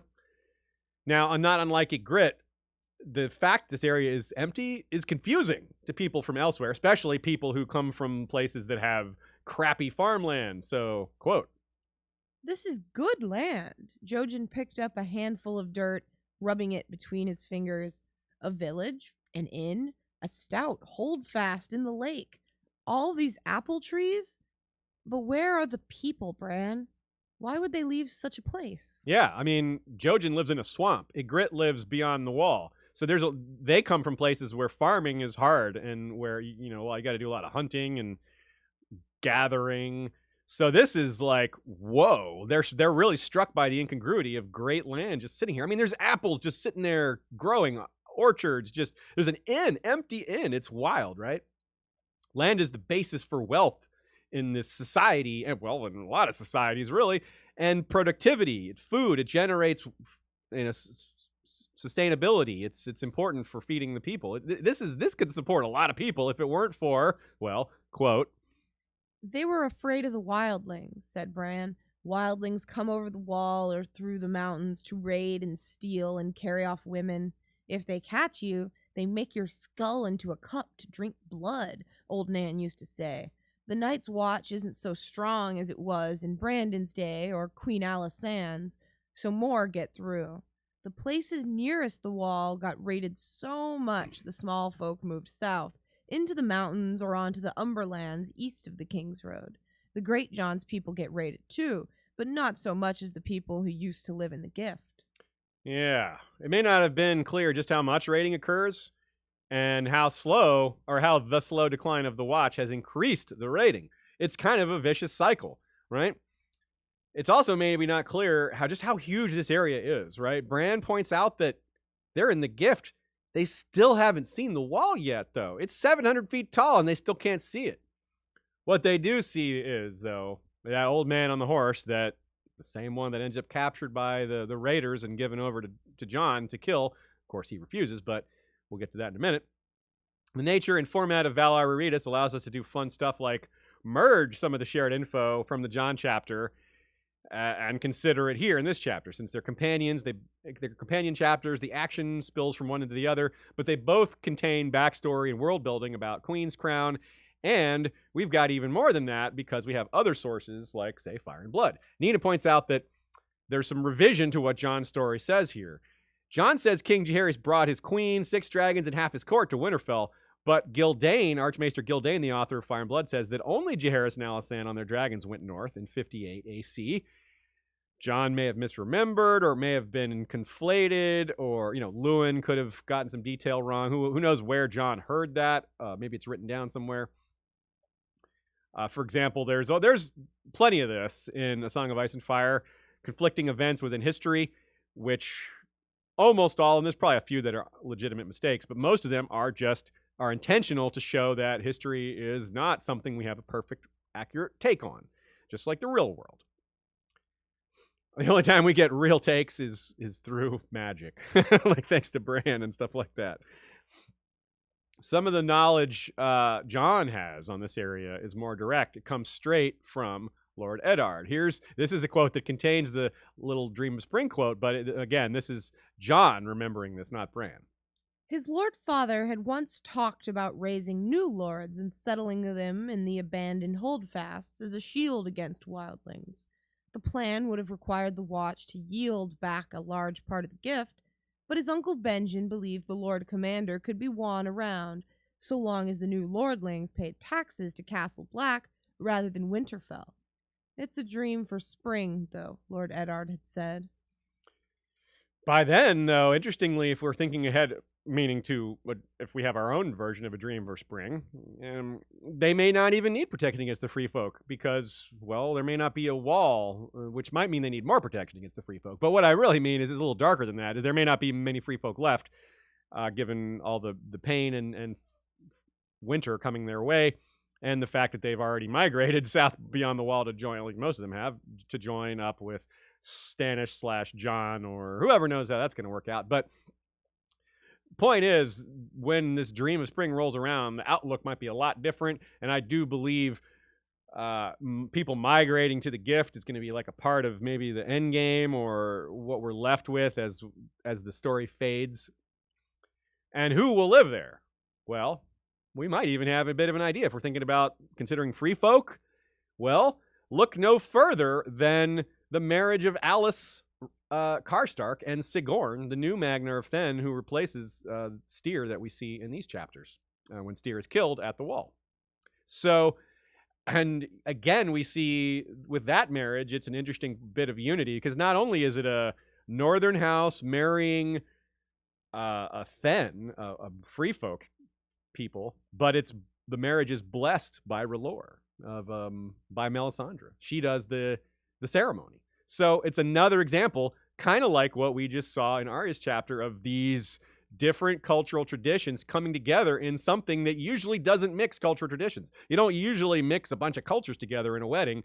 Normally, what we're used to seeing in Westeros or ASOS is people obey the traditions of that place. It's really important for Dany to have a Giscari wedding, a Myronese wedding. Her wedding has like almost nothing in common with Westerosi weddings other than the few things she says, I'm not doing that. I'm not washing his feet, or I'm not giving my dragon to Zaro Zoandaxis as part of that marriage custom. So generally, that's a big deal to see these things changing, to see different versions of combined sort of take the best of both worlds, or three worlds in this case, and make that all work. So that is the dream of spring. These cultures uniting and living together in peace. And what might help them get to that point is joining up together to fight the others. Having a common enemy. Well, there's nothing like a common enemy to bring people together to maybe help you forget some of your differences. Joe brings up a really sad point about Jojen Reed. Here's a brief quote. Jojen Reed turned his head slowly, listening to music only he could hear. Joe says this line really stuck out to him on this read because it's a bit of an immersion POV break, but also it's a great way of putting across, or getting across, what Jojen has to deal with in his own mind. It's got to be burdensome having those dreams all the time, having visions that you can't fully interpret, and being unable to explain that confusion, to be like, look, I had this image of this and that, but you don't want to tell everybody, because if you're not sure, you're just going to scare them. So you kind of bear that burden yourself. Jojen, it's no wonder Jojen acts so much older than he is, because like bastards in this society, it's said bastards have to grow up quicker because, well, they have a harder time of it. It's a similar concept. Jojen is no bastard, but he's had to become an adult earlier than his time because of the life he's leading and the qualities that exist within him.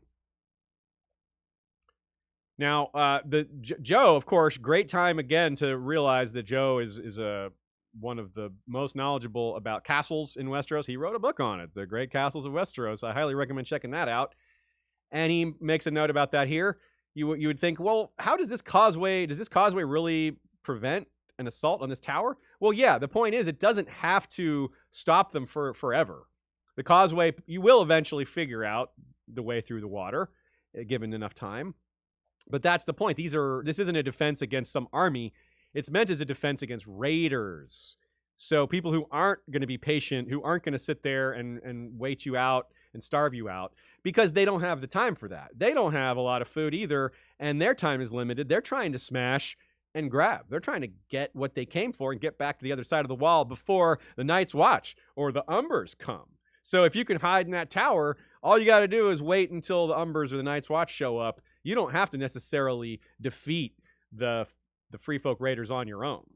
So that's kind of neat, just to think about how this would have played out as, back in the day, or the way this tower would have been meant to be used. All right. Peter C. wants to know, can you point to the whereabouts that they are on the map? And I have I'm going to transition to a really close-up shot so you can point behind you, Aziz. Oh, okay. Cool. Well, way up here. You're going to want to go the other way. Oh, I do? Okay. Yeah. It can't be seen this way? No. It's way up here. If you're looking up on the wall, it's towards the eastern side. Here's the new gift. Brandon's gift is basically the coast of the Bay of Seals. So you could also imagine that even farther back in time, that area would have been plagued by raids from Skagos, because it's directly across the water from there. Good question, Peter. Hope that answered your question. Those of you who don't have the visuals in front of you, next time you get in front of the map, just look just south of Eastwatch by the Sea, or just north of Last Hearth, and you'll see, or just west of Skagos, and you'll see what we're talking about. Nina gives some additional thoughts on the cycle of decline for the gift. The gift was given to the Watch to support itself, but as the Watch loses its strength over time, it's unable to enforce those wildling, to protect itself against those wildling raids, and thus the more wildlings who come over, because they're more encouraged to, because there's no one defending the area, the fewer people are going to want to live and farm the gift because they're at risk of being killed by these raiders. And that undermines the purpose of the gift in the first place. It's no longer functional as a place to support the Watch. And if people out in the world have been told, oh, hey, the Watch can support itself now, and they stop sending stuff there, they stop sending help because they know that the Watch no longer needs their help, well, you can see how that would really go belly up. The Watch isn't able to help itself anymore because it doesn't have this manpower, but people might still be under that impression. They are also under the impression that the Wall doesn't need as much help as it used to because people have long forgotten its original purpose. Again, the Wall doesn't exist to keep savages in skins from stealing women, which is, I forget who said that line. I guess it was Gior Mormont. But you can see that it's a much more complicated situation than that. And this area really looms large, as I said, for the end game of the entire series in terms of how the Westeros will look when we finally leave the story. Bran skin changing into Hodor is like a climax of a 3-part setup. Bran first warns Hodor to duck as they're entering the holdfast. Hodor doesn't listen. Then Bran tells Hodor to hush, and Hodor somewhat listens. He gives the longsword to Mira, but isn't really calm. Then Bran tells Hodor to stop and enters his mind, which forcibly quiets him. So it's like Bran does try different regular methods before he's kind of, well, I've got no choice now. It's interesting, too, of course, as we are well aware, this chapter and John 5 are two halves of the same story, but not just in plot, but in this thematic message. You've got both chapters talk about the wildlings, the free folk raids, and the importance of the gift and why it's underpopulated. Ygritte approaches it from one direction, talks about, she asks some of the same questions that, Jojen asks, and the explanations are fairly similar. I talked a bit about why the tower is effective. And it's interesting, too, from a symbolic point, though. Just as the Thenns can't enter the tower because they can't pass through the water or figure out the causeway, all while Bran's powers are taking large leaps forward, so does Bran later sit on a weirwood throne of his own in a cave that the Wights cannot enter while his powers grow. Here he's in a tower, later he'll be below the earth. Hodor is important in both cases, too. Here he's wandering around exploring a bit, meaning Hodor, he's looking at the walls, just hanging out, kind of doing his thing. Before the storm comes and Bran takes over his mind to quiet his yelling, that is. While later, much later, in the cave, Bran takes Hodor's body to wander around because he can. The power he unlocks in this scene, by the time a Dance with Dragons comes, he's just using it casually. And it's not great, ethically speaking. Here, it scares him that he's even able to do it, but he gets used to it. Like he gets used to a lot of things that are kind of dark, and that in itself is dark, but also to be expected on some degree. I mean, heck, he's on a dark path. He's got important world-saving things to do. So, it's not going to be all rosy. And we get the same life or death pragmatism we discussed not long back that perhaps we should at least understand or at least tolerate if your life is on the line. Maybe doing things that aren't so great ethically can be tolerated. Hodor literally outweighs all three of them put together, I would think. They couldn't physically shut him up. And he was yelling, about to alert men who would murder them. So what choice did they have? Bran had to do what he did. He didn't even really do it consciously. He was kind of desperate. It was reflexive, rooted in fear. Nevertheless, it establishes a new boundary for him, and it's a boundary he's going to explore fully. It's a new power he didn't know he had. Even Varamir didn't think this was terribly likely to be able to pull off. Varamir desperately tried to take over Thistle's body, and he's really strong, but he wasn't able to do it. He was only able to partially get in there and drive her mad. His mentor Hagen called skin changing into other humans an abomination. So what Bran is doing here is arguably that. He's doing something that's an abomination, well, at least according to Hagon. But Hagon was deep into skin changer culture. He would go to the skin changer meetups. So this was an attitude that he probably got from other skin changers. So it's like there's a small skin changer culture, subculture that exists. And according to them, apparently, what Bran did is against the rules. Now, magical powers unlocked in isolated towers. That's a fairly recognizable fantasy mythical trope. George does bend it somewhat, as he tends to. He's not obviously just straight using the trope. But consider the Tower of Babel. The Tower of Babel is a biblical story, shattered by lightning. Queenscrown is not struck by lightning, but this scene has very notable lightning, especially in the Jon portion when lightning illuminates Summer's bloody muzzle and all that. It's really quite striking. Lightning, quite striking.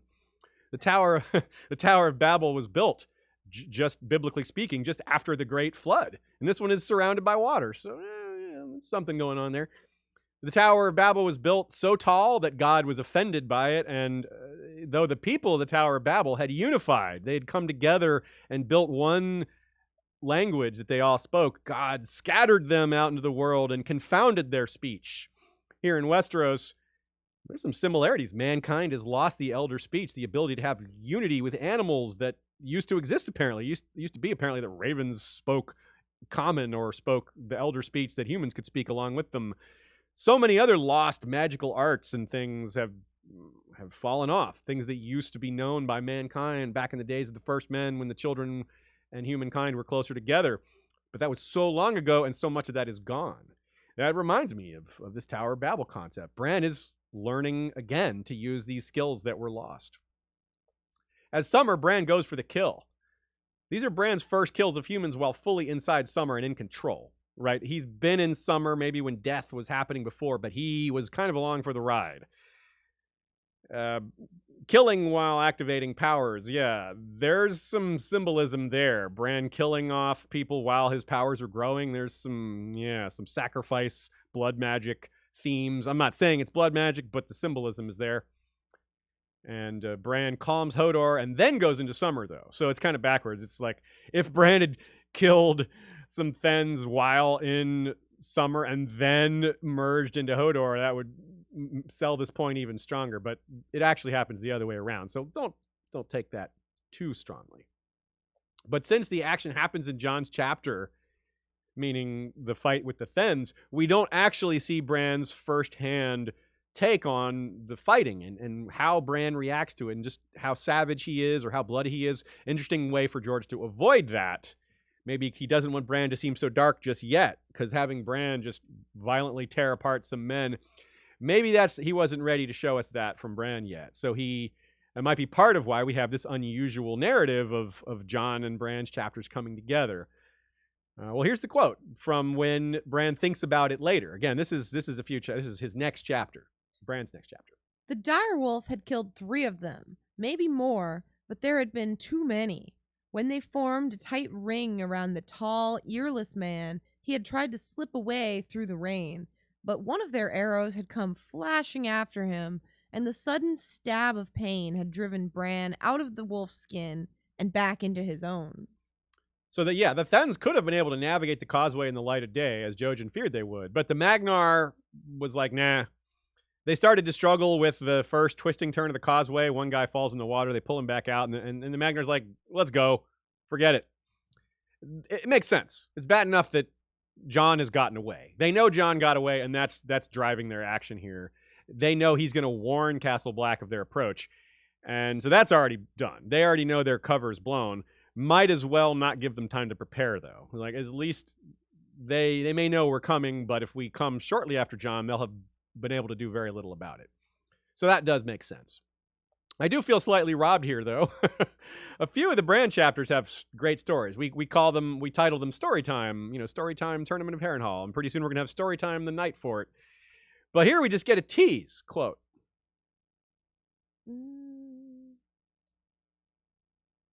Oh, God, it did this stupid thing. Sorry. It was Bran's turn to tell a story, so he told them about another Brandon Stark, the one called Brandon the Shipwright, who had sailed off beyond the Sunset Sea. And that's it? Oh, come on. What happened? What happened with Brandon the Shipwright? What's the deal here? So if George R. R. Martin were to have Arya sail off in the west at the end, which I still think is very possible, this could have been a chance for him to lay some groundwork for that, to maybe drop a few hints about that. But this is already the largest book in the series, but to this point, I think A Dance with Dragons slightly surpasses it in length, so it's already too big, maybe. Maybe that's what he was thinking. Still, that would have been really cool. If you're curious for what Queenscrown looks like, there's some really great art on our Facebook group that's been shared there, some fan art, but also Facebook commenter Manuel Paredes posted a great picture of the Santillana Reservoir Tower. You either go to the Facebook group and check it out, or just Google search Santillana Reservoir Tower. And just imagine the causeway you see in that photo. Imagine that being below the surface of the water, and you've got a really good parallel. It's even possible George has seen that. A couple people noted that they're calling Bran Your Grace in this chapter. That might be a clue for King Bran, but probably not. Probably not, because there's other examples of princes being called Your Grace. It's not just for kings and queens. But I imagine a few of you may have caught that and been like, whoa, oh, there's a hint. And I'm not saying it's not one, but there is definitely examples of princes being called Your Grace. Now, some people thought it was evidence that Jojen may have already dreamt of the Red Wedding and just didn't want to tell Bran about it because, well, Bran's dealing with enough. That's entirely possible, and that would be why the theory is that Jojen already knows Bran is the king because Robb is dead. Now, it's possible, for sure. I don't think that Jojen would do it that way. Although I do think it's possible he would keep that to himself if he dreamt of it, but I don't know that he would just start calling Bran Your Grace because he knows his brother is dead. However, Bran himself does dream of the Red Wedding in between this chapter and his next.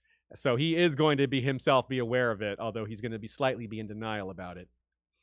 Mm-hmm.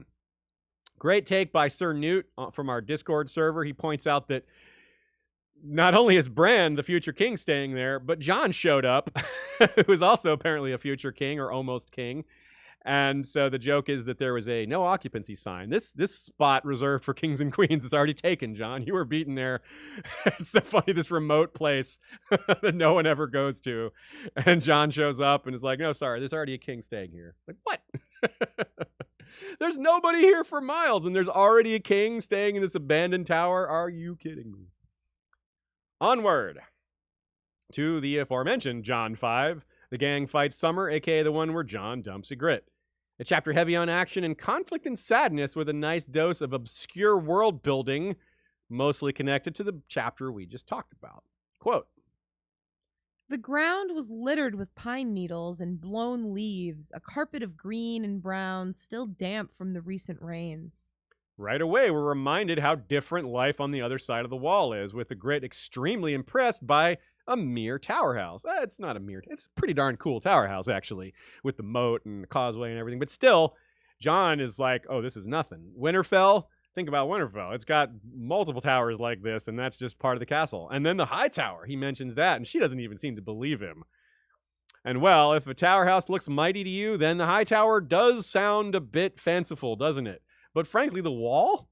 I mean, the wall is pretty damn impressive, and she has seen that. So deep down, I think she knows it's possible. She's a little skeptical, but all she has to do is turn around and be like, well, there is that 700-foot wall of ice, so... Besides the tower houses and small empty villages, there's very little here. Largely abandoned area, of course, as we said, very vital to the Night's Watch. The slow and steady decline of the Watch is seen here, something that it's good that Jon is seeing that to be made more aware of what the Lord Commander needs to do, having the whole picture that's laid out before him. The land that used to sustain them would need a lot of work, capable of being productive again. Jon was surely going to be aware of that. He's going to see it firsthand But of course, he knows too that the only way to ever fix that problem is to have more manpower. And that is certainly, it's not exactly the right time to be bringing manpower up to the wall area. And they've not only lost most of their manpower over the years, they've lost the means to have the kind of manpower they had before. That capacity is still trending down. As we talked about, the people are sending less help to the Watch because the perception is that they can farm their own food. Well, later on, when Jon is Lord Commander, Jon takes out bank loans from the Iron Bank, and he's creating things like glass gardens. He's basically trying to fix these problems without manpower, because he knows the manpower would be the biggest help, but that's not happening. And of course, he's killed not long after laying out all these forward-thinking plans. But since he's probably going to come back, maybe these forward-thinking plans will also resurface. Maybe we'll see them either from Jon or from Bran. Maybe they'll even discuss it together. How cool would that be? Jon and Bran like discussing how to handle the situation in the future. The end, though, functionally, as we look ahead for Jon and Bran and other things, this is the end for Ygritte and Jon. Did you think the first time through that they'd be reunited ever? Obviously they are reunited as she's dying, but, well, I wonder what you thought the first time, if they'd ever come back together and have any kind of love. Probably not. Maybe a few of you held out hope. Well, there's no false hopes this time, at least. Instead, we just have other things to worry about or think about. There's so many other plot lines to consider that we missed the first time we read the series. And perhaps Jon's other doomed relationships are foreshadowed by Ygritte. It isn't just about her. It's about what this relationship tells us about how it's going to go with him and Dany, perhaps. And maybe one that isn't doomed. Maybe Val will work out. But again, all these things we talked about, how Jon just can't probably function as a man. Why would Val want to be with that? Or perhaps Firewights don't get to settle down and have happy endings when all is said and done. Or whatever Jon is. I don't know. I don't know about Jon ending up in a relationship when it's all done, given the fact that he's going to be undead. Just something about that just doesn't necessarily work. It's a bit a bit cruel for Jon and Ygritte to grow a bit closer just before they split for good. Ygritte essentially tells Jon what he can expect if she's mistreated by him.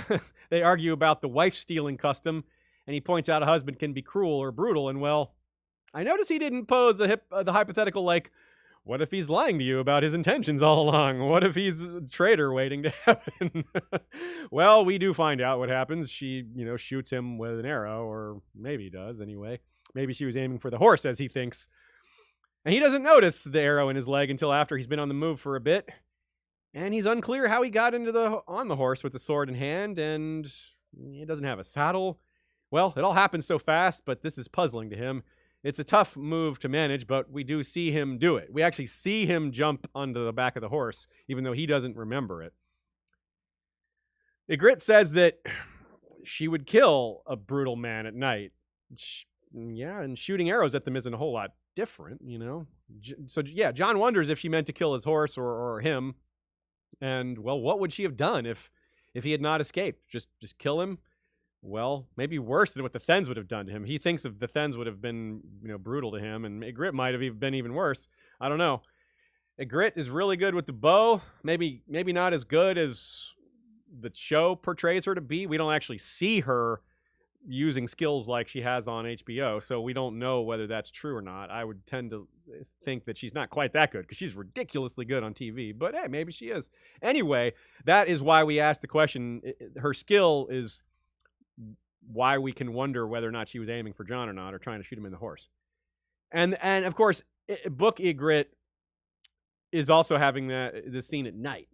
On the show, this scene plays out during the daytime, so it's very different. It's almost as if when Jon is in that moment, when he's fighting and desperate and jumps on the back of the horse in a way that he can't understand, it's like a desperate adrenaline-filled trance. And it's maybe similar to the time he blacks out in fury while training with Iron Emmett during A Dance with Dragons. In that case, there's an even bigger memory gap. He's fighting Emmett, and there's a comment, and next thing he knows, Emmett's on the ground, and he's wailing on him, and he's like, oh, God, I'm sorry. What am I doing? To me, this whether it's meant to be thematically related by George or not, we just got through talking about how memory gaps come when you're killed and then raised again. So that could be foreshadowing that for Jon. And especially, the thematic connection seems even more powerful when Jon gets it's what's happening inside Jon in these moments is he's becoming so enraged. It's a fire in him. And well, if he's going to be a fire wight, well, that has some very strong resonance. And one thing that Beric also mentions is that he can't even remember the name of his betrothed anymore. Is Jon going to find himself losing his memory of Ygritte later? That's going to sting if so. Whew. Here's a quote.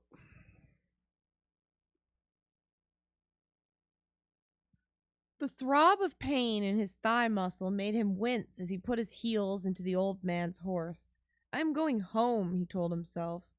But if that was true, why did he feel so hollow? He rode till dawn while the stars stared down like eyes. Feels so hollow. I don't suppose that's a reference to the Hollow Hill, but maybe. But the fact that if he dies and doesn't have the same purpose, it could be kind of like a feeling of being hollow, like not having a soul anymore. The eyes in the sky could also be symbolic of how he sees himself. He is very full of guilt and shame, so it's kind of like the stars are judging him, and he feels like he deserves to be judged. I mean, Qhorin gave him this mission. Nevertheless, he's now betrayed the Watch and the only person he's ever loved romantically, despite it being his quote-unquote mission. That doesn't mean he's not going to have feelings about it. It doesn't mean he's very human. We just talked about how he's going to be undead later, but at this point, he's still human. Jon and Ygritte's relationship was always doomed, of course, because of who Jon really is, which is not just a brother of the Night's Watch, but because of his heritage, which is also going to undermine his relationship with Dany later. Both of these things are not just his heritage, but his undead status and his status as a brother or former brother of the Night's Watch. Assuming he has a relationship with Dany at all, that is. We're assuming that it's going to be sexual. Maybe it's just going to be, maybe they say nah before it gets to that point. But yeah, because of course being a dead person can undermine your shot with someone like Dany. I mean, still, I'm not one to judge, but dating a dead Jon is better than dating a live Daario. Am I right? Am I right? Yes, I'm right.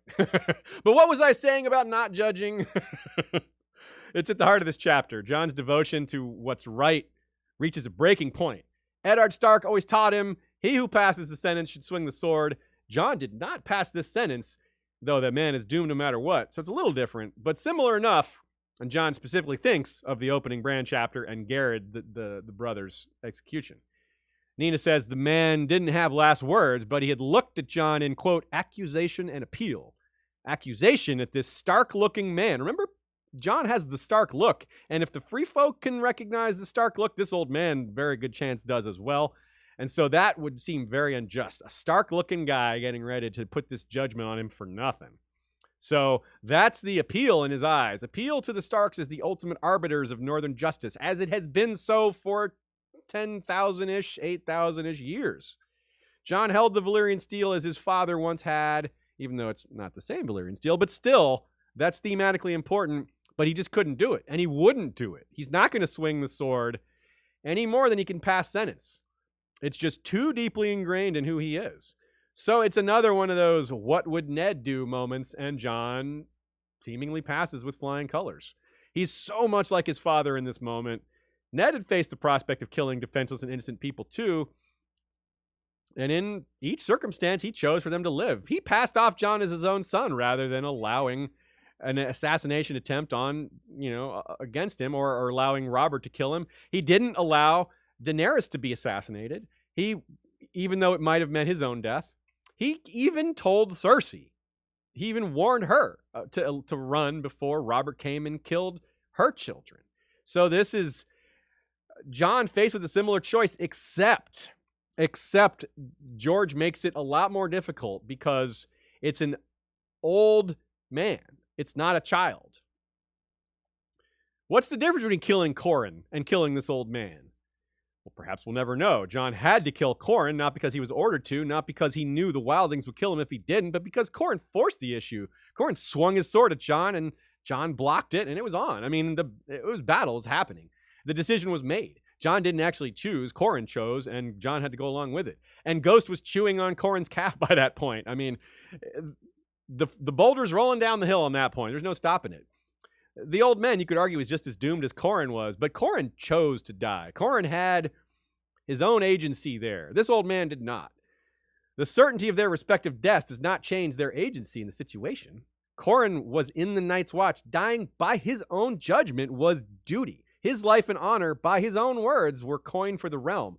This old man, despite ruthless arguments about how little life he may have left because he's old, an argument Jon considers silently but isn't swayed by, represents exactly what that coin for the realm was meant to be spent on. This solitary old man is part of the realm. You can't... Jon can spend coin for the realm in terms of Night's Watch lives because they signed up for that. This old man did not. This is going too far. Even if the end result is inevitable, the principle must live on, and Jon is not going to sacrifice the principle even if this old man is doomed. Ygritte says it's no different than when he killed Orell. But Orell, also a soldier like Qhorin, he didn't take sworn vows, but he was clearly engaged in military action. He clearly made himself a combatant. Ygritte says it's the same because it's all about survival in the end, which, from her point of view, given where she came up, I'm not going to tell her she's wrong, but Jon is not from a culture that lives on the edge of death, where survival is a frequent consideration. Jon grew up in a castle. He was taught to value life differently, and he sticks to that. And that's part of why he's, can't fully become part of the free folk. That cultural similarity between the free folk and the North that we've been seeing a lot of, this is where it doesn't work anymore. This is an impasse. There's definitely a different sense between free folk and Northerners, at least a lot of them, in terms of how they value life. George, again, this is such an amazing job by George. If this was a young woman with a baby, Jon's refusal would just be a lot easier to process. It would be a lot less conflict. We're like, oh yeah, of course, Jon's not going to kill a baby and a young girl. What if it was what if it was an 11-year-old boy like an Ollie instead of an old man? That's just as dangerous in terms of this kid could run off and warn Castle Black. That's no different in terms of a messenger. He's no less dangerous or more dangerous. But again, the reader would find this much less conflicting for Jon, and it would, make Ygritte look worse too if she's going to kill an 11-year-old boy. But Jon is just not going to kill an 11-year-old under any circumstance, and so he's not going to kill this old man either, because ultimately the difference between an 11-year-old boy and an old man is not, the difference is their age. That is not enough reason to decide one deserves death and the other doesn't. So I think it's really well done by George that he gives extra conflict and extra tension by making this an old man. Even an old woman would be harder to kill. So Jon surely can't put all this into words. Jon is young and naive and not great at talking, frankly. So he's also kind of quiet and brooding. So we have to explain all this. He's not very eloquent. He's not even well-spoken, really. In fact, later on, his inability to communicate clearly with his subordinates is going to be a big part of why he's assassinated. So he doesn't calculate what's right. Jon is not someone that can illuminate in words what's moral and what isn't. He's not great at that. He just reflexively feels it. He was taught it. Eddard Stark taught him this. It's deeply ingrained. So he knows how to behave, even if he can't explain it. A few details from the fight itself, in addition to the whole arrow bit. When Jon goes for the horse, he cuts the man in the back of the calf. This man wasn't even facing him, so Jon almost certainly could have just run him through, could have easily killed him, but didn't.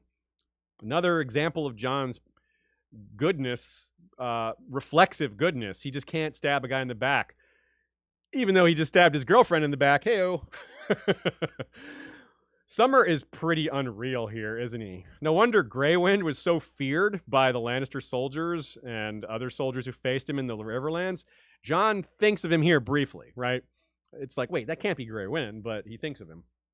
And this gives us some idea what he's like in combat. Like, we never see Grey Wind in combat, but we hear about Oxcross, the whole Wolf in the Night song, and Grey Wind helping launch a surprise attack at night. Wolf in the night, right? I mean, that's exactly what's happening here. This is Wolf in the freaking night. And just that, maybe Wolf in the Storm is a little better because, we want a different title here. But so before Summer's attack, Jon also thinks about Ghost. Quote, Jon wondered where Ghost was now. Had he gone to Castle Black, or was he running with some wolf pack in the woods? He had no sense of the dire wolf, not even in his dreams. It made him feel as if part of himself had been cut off. Now, we've already been through the wall and the cutting off of skin changing, so we're not going to go over that again, but this is worth pointing to as additional evidence for that. Speaking of surprise attacks, clearly the Thenns, as we said, they know Jon is giving warning, but they go ahead with their attack anyway. So, but maybe not all of them. I wonder if all the free folk go along, because certainly the Thenns do, because they follow their leader. They don't have their culture doesn't allow them to disobey, steer. But not everyone in this company is Thenn. Grigg the Goat, Arok, those guys are here. They're never seen again. I wonder, maybe they decided, nah, we lost the element of surprise, and a direwolf just attacked us. They're just like, nope, I'm going back. And Styr wouldn't be able to stop them. However, more likely they just went along with Styr and were killed in the attack, considering Ygritte as well did. But if Grigg the Goat turns up later, we won't be confused. We'll be like, oh, well, he clearly peaced out and was like, I am not getting involved in this. It's going too bad. Joe pulls in a couple of great lines here. If I could show her Winterfell, give her a flower from the glass gardens, feast her in the great hall, and show her the stone kings and their thrones, we could bathe in the hot pools and love beneath the heart tree while the old gods watched over us. First of all, that last part, like, what? Why do you want the old gods watching you while you have sex? I don't know about that. It's like, I don't think banging below the heart tree is very appealing. That face is creepy, man. And talk about being watched. Like, yeah, that's a different kind of voyeurism. Yeah, do Christians ever say, like, making love under the watchful eyes of Jesus Christ? Yeah, see, that's exactly what I'm getting at. That's just it's creepy. So what Joe says here is very poignant. The idea of Winterfell sends Jon full into waking dream state, where he imagines a perfect world where he could bring Ygritte back and use the home he felt so imprisoned in as the ultimate impression tool. He can give her flowers, whatever. I don't know if she would care about that, but it would be fun to see. He can recreate their time in the cave with the hot pools, loving beneath the heart tree. Hey, vibes of Jacaerys Velaryon and Sarah Snow, maybe. Dance of the Dragons vibes. Though perhaps going down in the crypts, as he suggests, that might kill the mood. That's another thing. It's like, how is that sexy? But Joe points out another little tidbit that went over my head is Jon is not yet aware of what happened to Winterfell. Winterfell he's thinking of how awesome it is, but right now it's in ruins. So that's a little sad, isn't it? Moving on. A couple more takes here. One thought from Nina. Grigg, speaking of Grigg the Goat, he, quote, yearns to visit the green men on the Isle of Faces. This is another bit of cross-cultural interest for us. How does Grigg even know about the Isle of Faces? Probably, I mean, it's not strange, but it's interesting to think of. I mean, it's so far south, but it's something super old and mystical that dates back to the Pact. The Wildlings should have knowledge of it. It should be part of free folk culture, even if no one's seen it. It's a legendary thing from a time before the Wall, even. So, Wildling cultural memory going back that far definitely makes sense, but it's notable too. It's also perhaps a sneaky nod to Bran being nearby, because Bran, if Bran is king later, which I certainly am very pro on that side of things, the idea that he could interact with the Isle of Faces, be sort of like the king of the Trident or king on the Isle of Faces, something like that, the Green Seer king. Yeah, we could be working with some foreshadowing here that hasn't been fully realized. Stefan B pulls another interesting quote here. Winterfell would never be his to show. It belonged to his brother, the king in the north. He was a Snow, not a Stark. This foreshadows Jon refusing Stannis' offer, because he didn't think this would ever be. He's in this moment, he's imagining that there's no way it would ever come to him. But it does come to him through Stannis' offer, but he refuses it. And that's interesting that he's thinking of that with Bran, so nearby, the guy who probably will become king. Okay. That, I think, not the Jon chapter, but the Bran chapter, and of course the Jon is a companion to it, probably the one that surprised me the most in terms of the reread, things that I was on the lookout for. But here we go with the next one, which also has some very surprising parts to it that I didn't pick up on before. Daenerys 4. The gang meets Daario, aka the one where Yunkai goes down. That title explains two of the bigger parts of this chapter, but it also includes a major conversation with Barristan, Arstan Whitebeard, about Rhaegar. Quote, Her Dothraki scouts had told her how it was, but Dany wanted to see for herself. I think that's a great little point there. Dany is a little more hands-on, even though she's just a young girl, as she likes to say, as a way to make men take her less seriously so that she can surprise them, which happens in this chapter very much.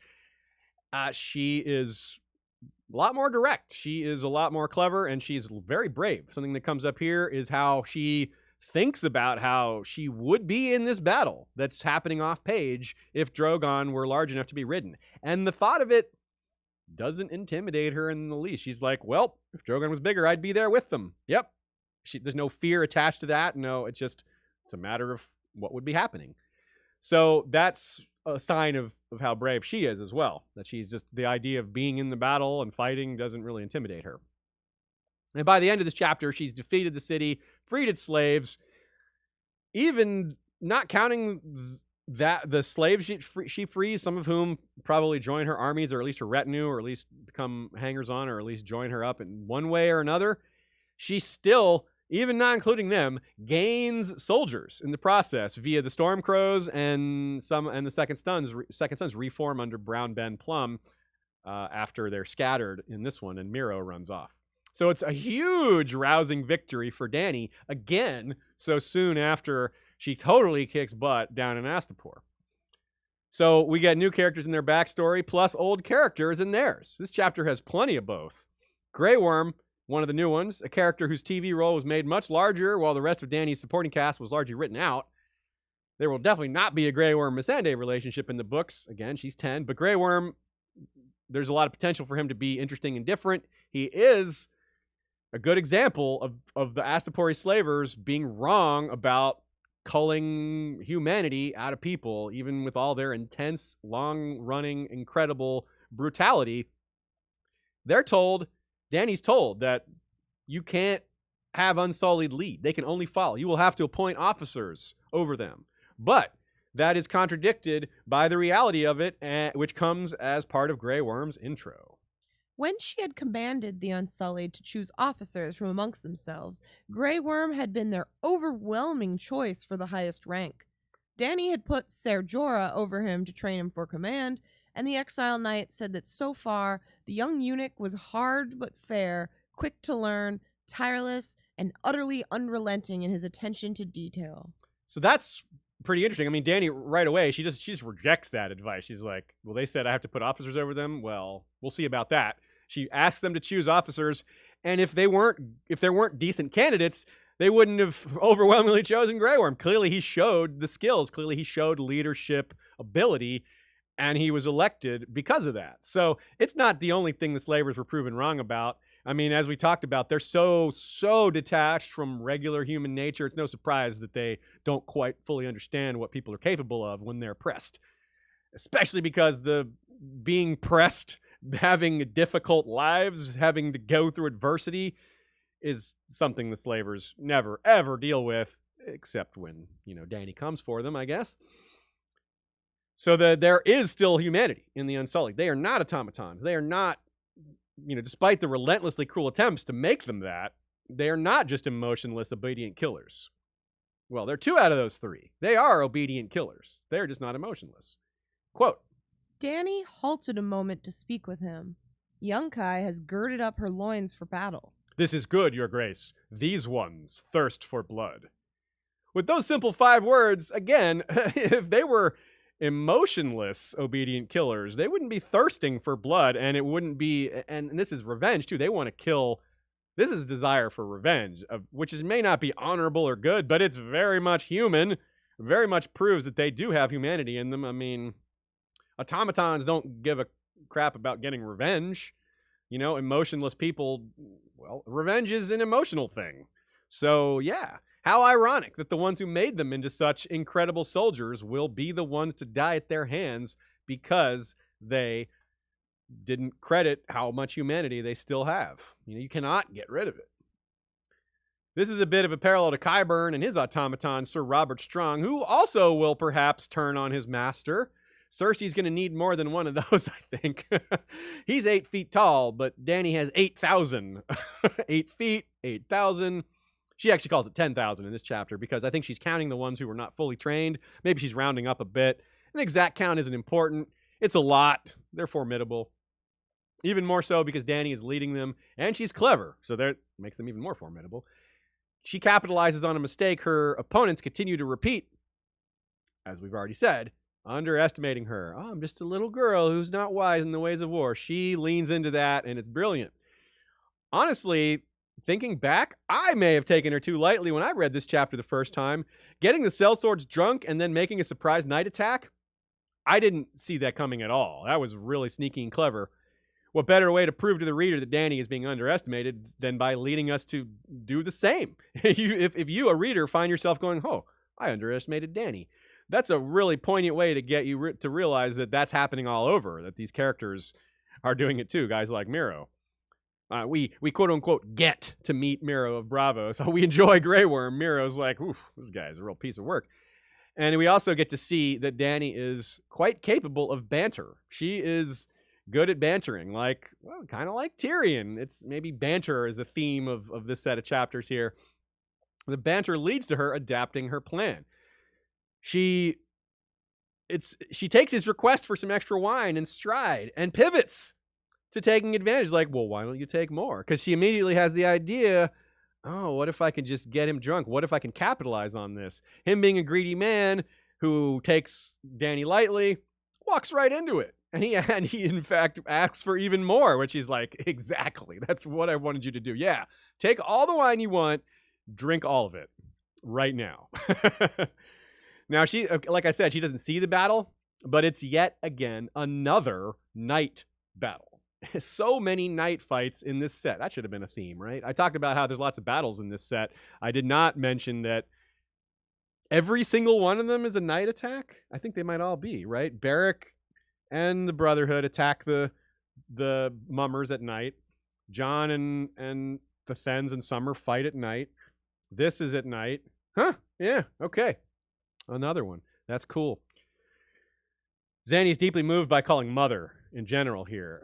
Before the slaves call her mother, she has a moment where she thinks that the dragons are the only children she'll ever have. She believes that thanks to Mirri Maz Duur, and it may even be true that she can't have a child of her own body. So to her, the dragons were her only children, but in the same chapter, we see that as she's thinking of them as children, they are nasty, dangerous beasts, even though they haven't gone to war yet. I mean, look what happens when Daario drops the heads of his former co-commanders there. The dragons are like, tasty, and they start eating. It's like eating heads. I mean, it's just meat, right? But still, symbolically, this is a reminder that the dragons are not just cute. And, well, it may sound strange for Dany to be not expecting gratitude. Why wouldn't she expect gratitude from freeing the slaves? Why is she so surprised by that? Well, there's actually a good reason. The very same Mirri Maz Duur and her village and Iroha. Dany has saved people before from her mind. Like, now there's great criticisms of what Dany has seen as being saved, especially when it comes to Mirri Maz Duur and Iroha. But emotionally, Dany's in the right place here. She got it wrong then, and so she's wary of being like, oh, I'm a savior. So she doesn't want to just call herself a savior when she was mistaken with that impression before. So I actually think Dany's doing right here by not thinking too much of herself. And of course, all must be reminded that she's young. We keep talking about that. She's grown up fast. She's done more in her short life already than most of the rest of the characters will do in their entire arc. But there's no substitute for experience, and she's getting that. But before this battle, I mean, this is her first, like, commanding an assault on a city. We've been over the horror of the aftermath of Astapor, but Dany has not learned about that yet either. So that's another thing that will give her pause about being seen as a savior, maybe, but that evidence hasn't been introduced to her yet as part of her naivete. Barristan himself has seen that kind of thing, and so has Jorah. But Jorah isn't bothered by it as much. Barristan saw the sack of Duskendale which that is a pretty big thing. He's seen, brutality, and I'm sure he has lots of thoughts on that, which pivots us to another major portion of this chapter. While that battle is playing out, she's talking about her family's past with Barristan. The tourney at Harrenhal comes up again. Of course, that's a big plot point around this time in the series. Lyanna and Rhaegar's relationship coming up. A topic that puzzles Dany. Same. It puzzles a lot of us. She has clearly thought about it before, though. She has opinions. She wonders why her brother stole Lyanna from Robert. It's interesting that she doesn't just take Rhaegar's side entirely. She's got questions. She wonders why her brother would leave Elia. Barristan mentions Ilya's ill health in response, which is interesting because Rhaegar may have intended to have 3 children, meaning 3 heads of the dragon. With his wife, he may have thought the prophecy called for that. And then this is where Lyanna comes in, because Elia would have died if he had tried to have another kid with her. So whether he was cheating on his wife, whether Elia was okay with it, whether he just was desperate to fulfill the prophecy and was willing to break a lot of eggs to do so, I don't know. But we do know that Barristan specifically mentions Elia's ill health when asked why Rhaegar behaved the way he did with Lyanna. So if we are not trying to get too deep with our thinking about this, if we're trying to look at what's right in front of us, well, this is what George is telling us. George specifically mentions Ilya's ill health as a factor. Now, an even bigger factor of all this, mention of Summerhall, a historical subplot of grand but even more mysterious significance, because it includes Rhaegar rather than just being focused on Rhaegar and Elia. It's wrapped up in that, but so much else. Rhaegar was born during the conflagration at Summerhall. The stress of it, whatever accident it was, whatever that thing was, it may have triggered the labor in Princess Rhaella, which resulted in Rhaegar's birth.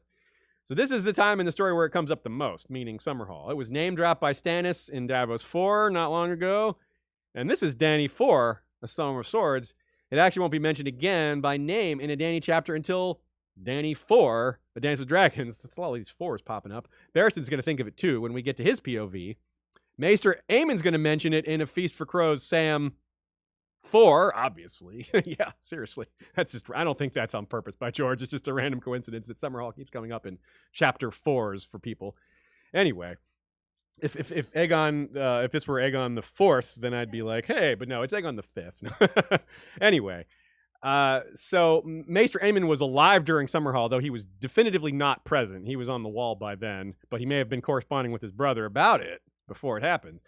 So unfortunately, any knowledge Aemon had about Summerhall died with him, but there's a chance that maybe some of his correspondence is lying around in the Maester's office there in his chambers at Castle Black. If those papers aren't lying around, I still have questions about what else Aemon has in his papers lying around. So Summerhall by itself is a gigantic mystery, but it also is particularly huge in Dany's arc due to all this thematic resonance, some of which is something I hadn't considered before. First of all, the dragons, right? King Aegon was trying to hatch some, and it went wrong and killed many of her ancestors. Obviously, Dany's the one who finally got that right, so to speak. Aegon the Unlikely was one of the last to try, and his was also probably the biggest of all the failures. Goal equals hatch eggs. Result equals you and some of your family and much of all your Kingsguard are dead, and very unpleasantly. Wildfire, right? That's a horrible way to die. But before Egg tried, Aegon the Unlikely is Egg, in case that went over your head, the dreams of dragons that were prominent for so many Targaryens came in a variety of forms, but they seemed to agree that the dragons would come again. That was the one thing they all had in common. Many of those who had the dreams thought that it meant the person having the dream, was fated to be the one to bring them back, and because of that repeated mistake, several of them died trying. Egg being one of them, of course, the most spectacular of those fails. So what they may have been dreaming all along, and I believe Joe Magician gets credit for this theory, each and every one of these past Targaryen dreamers, or maybe Amanda from the Disputed Lands, I'm not sure. Anyways, some great people thought of this theory. Clearly, they didn't get a good look in these dreams, because the figure that they may have been imagining was responsible for bringing the dragons back, well, if they could have seen her face, they would have known it was Dany and not themselves. I mean, hey, dreams are hazy, and a lot of those targs are kind of pretty. So, maybe they only saw dragons. But if they saw a silver-haired figure, you could see why in their dreams that silver-haired figure, they may have thought it was themselves. But it was probably Dany. Point being, it's a long time coming. Dany fulfilled a prophecy that's been out there for so long, and so many other people misinterpreted it in the meantime, and Rhaegar was probably one of them too. So speaking of dreaming of the future, how are we supposed to hear the phrase or the concept that Dany's ancestor accidentally blew up a castle and a bunch of innocent people and not think about the ominous future of King's Landing, which also has an unfortunate amount of wildfire foreshadowed in its future as well? So Summerhall, as much as it says about Rhaegar and the dragons and the dreams, it may also be foreshadowing for Dany's future as it pertains to the destruction of King's Landing, perhaps by wildfire and or dragonfire, which, boy, will that be a big surprise. Well, it won't be a surprise, but it'll be quite a unity, a circle completing that most of us probably didn't even imagine, let alone, suspected was coming. But it is a future coming soon. This is not the far-flung future. King's Landing is going to face conflagration of some kind. And if it's an accident, we've talked about the possibility that King's Landing's destruction will be part accident. Maybe it'll get blamed on Dany. Maybe people will think she did it on purpose, but we'll know it was an accident. Maybe it'll have to do with Jon Connington. Maybe Jon Connington will be the one to do it, but Dany will get blamed for it. Lots of possibilities here. But how crazy similar is that going to be if Summerhall was an accident, a wildfire accident that caused it to burn down, and King's Landing will be too? Whoa, right? That's a big deal. Now, of course, there's some differences. Summerhall will have yet another layer if all this happens, but, Summerhall would have been a much, much bigger tragedy had it taken place in the Red Keep instead of out in the middle of, on the border of the Reach and the Stormlands and the Dorne. Because it would have been a much larger fire. It would have spread, right? It could have had Summerhall happened at the Red Keep instead. The wildfire might have taken out the entire city, which, again, that's kind of the theme we're thinking about. The destruction of King's Landing. Not to mention, Jaime has specifically dreamt of wildfire blowing up King's Landing because he himself stopped it from happening, but maybe he only delayed it. Well, here's a quote directly from Barristan and Dany. "It was the shadow of Summerhall that haunted him, was it not?" Yes, and yet Summerhall was the place the prince loved best. He would go there from time to time with only his harp for company. Even the knights of the Kingsguard did not attend him there. He liked to sleep in the ruined hall, beneath the moon and stars, and whenever he came back he would bring a song. When you heard him play his high harp with the silver strings and sing of twilights and tears and the death of kings, you could not but feel that he was singing of himself and those he loved. The line that gets me there is singing of himself. And it's long been part of the Rhaegar theory pastiche that he knew he was doomed, and this is a big piece of that evidence. But he did not think he would die at the Trident. He definitely went to the Trident with confidence, so that's also part of this. It's not just about wildfire and foreshadowing for King's Landing, after all, and other supernatural mysteries here. Rhaegar felt the shadow of Summerhall his entire life as a human being, and so did his father Aerys, most likely. What I mean is that I've long held the belief that Aerys' obsession with wildfire was rooted in the fact that he saw much of his family die by wildfire when he was a teenager, saw his wife give birth during it. I mean, that's going to mess with your head a bit, and Rhaegar, and Aerys wasn't exactly the most stable guy to begin with. So the idea that could traumatize him makes a lot of sense. And the fact that he would replay that trauma by, using wildfire, by burning people to death and reliving this in a twisted way. Well, if Aerys was impacted by it, and there's plenty of evidence for it, then, and Rhaegar was clearly impacted too, then of course Rhaella, Rhaegar's mother, Aerys' wife, that would also be a big deal. I mean, as a man, it's awfully hard to imagine what it's like to give birth, right, guys? But giving birth during Summerhall, like what? I cannot. I really can't even. Like, that's several degrees of impossible imagination. Rhaella was probably stronger-minded than her brother husband, to be fair. I mean, that's not saying a lot, but Rhaella had to put up with a lot on a regular basis, which you would think that would build some sort of strength or resilience. given that she didn't seem to have broken from it. I definitely wonder what she thought of her son going back there, though. Like, the place that he was born, going back with his harp and singing sad songs amidst the ruins. I don't know. That's not the kind of thing a mom probably wants to see her son doing, but I still wonder in more detail than that.